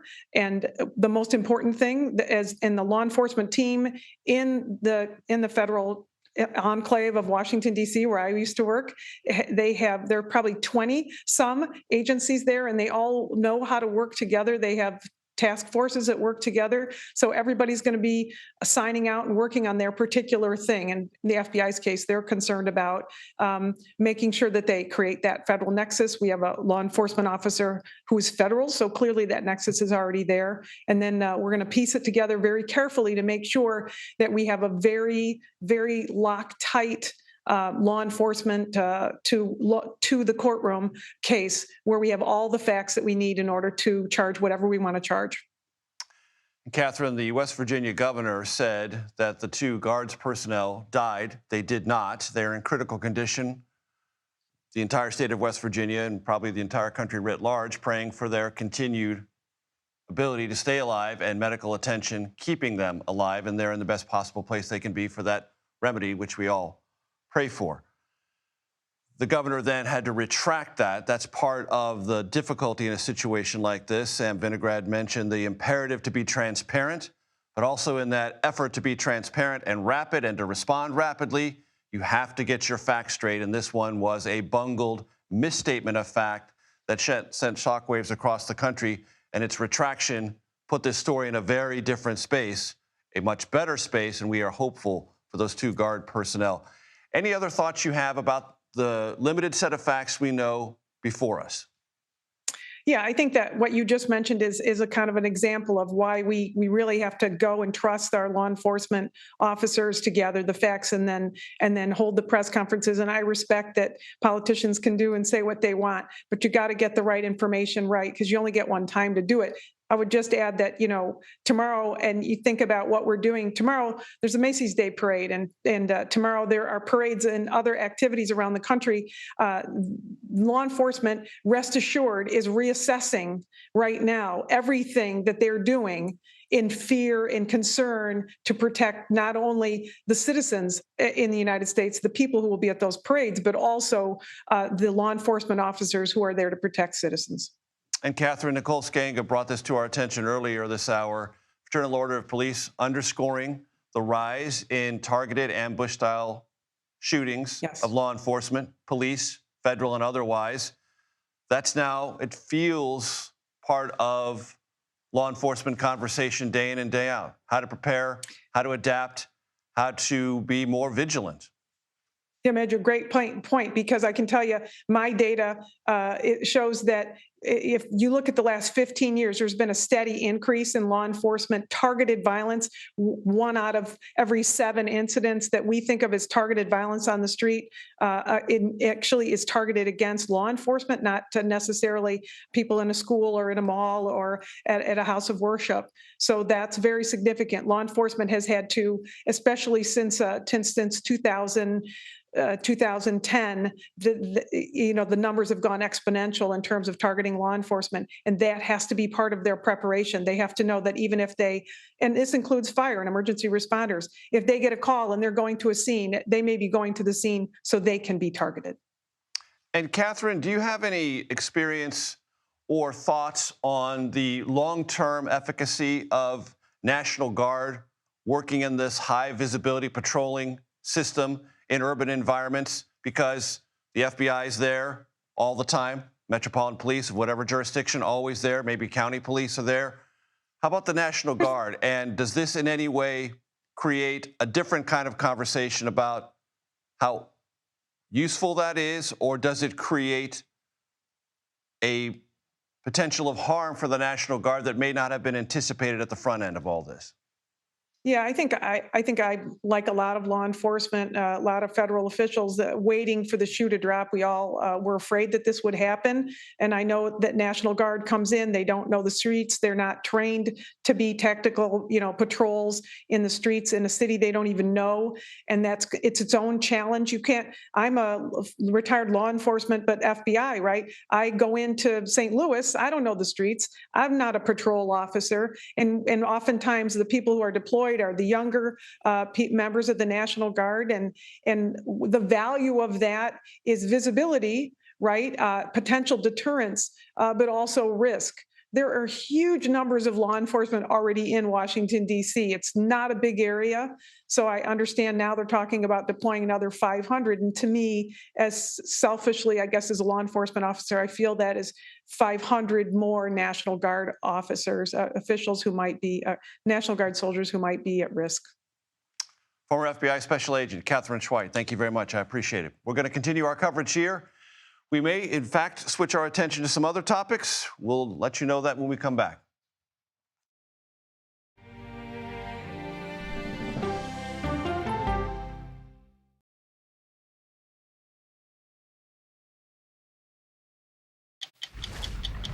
Oh, wow. Look at this. Let 60 Minutes take you on a private tour of the National Archives. So there may be treasures like this buried in boxes. Historical secrets from America's past. So this is original from 1778?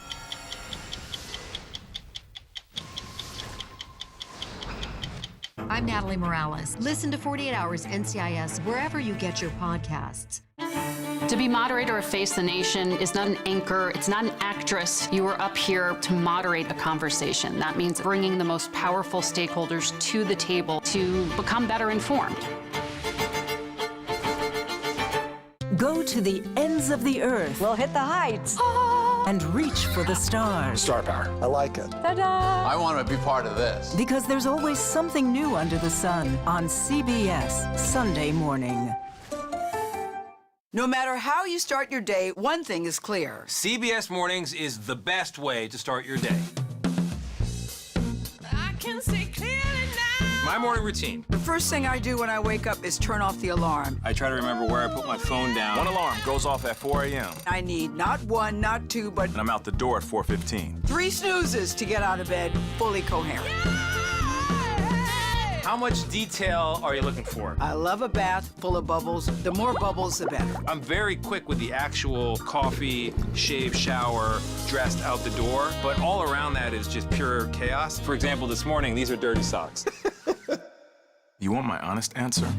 Am I a morning person? I gotta be honest. I wish morning started at like 10 a.m. Can I say that? Clearly. It's a bright, bright, bright way to start your day. CBS Mornings weekdays at 7 on CBS. I'm Natalie Morales. Listen to 48 Hours NCIS wherever you get your podcasts.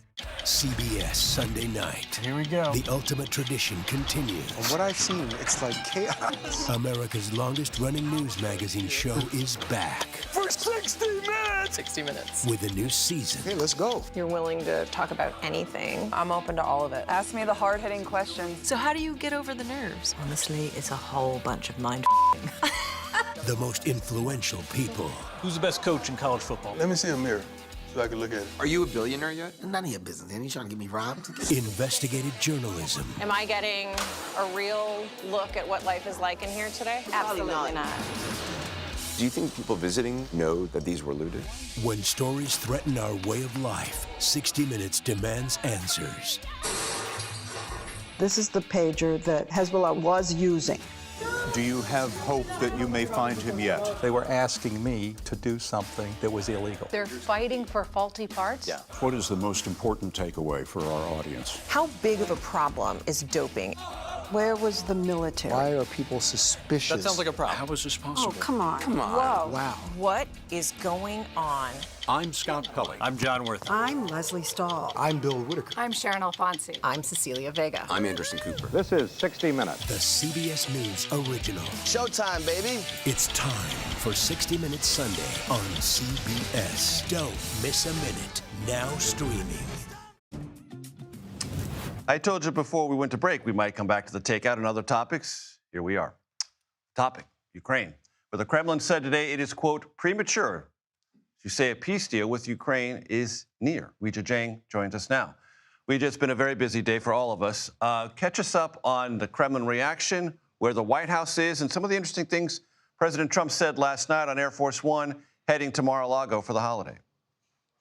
Well, Major, the deal right now is in a really delicate state. It always has been, but especially now that the Russians have come out to say that it is premature to sign on to this very high optimism that we've heard from the White House. And it's not only Moscow, but Ukraine has also been much more measured in talking about the progress that has been made, because the sticking points that the White House says are, quote, delicate but not insurmountable are actually quite huge. You're talking about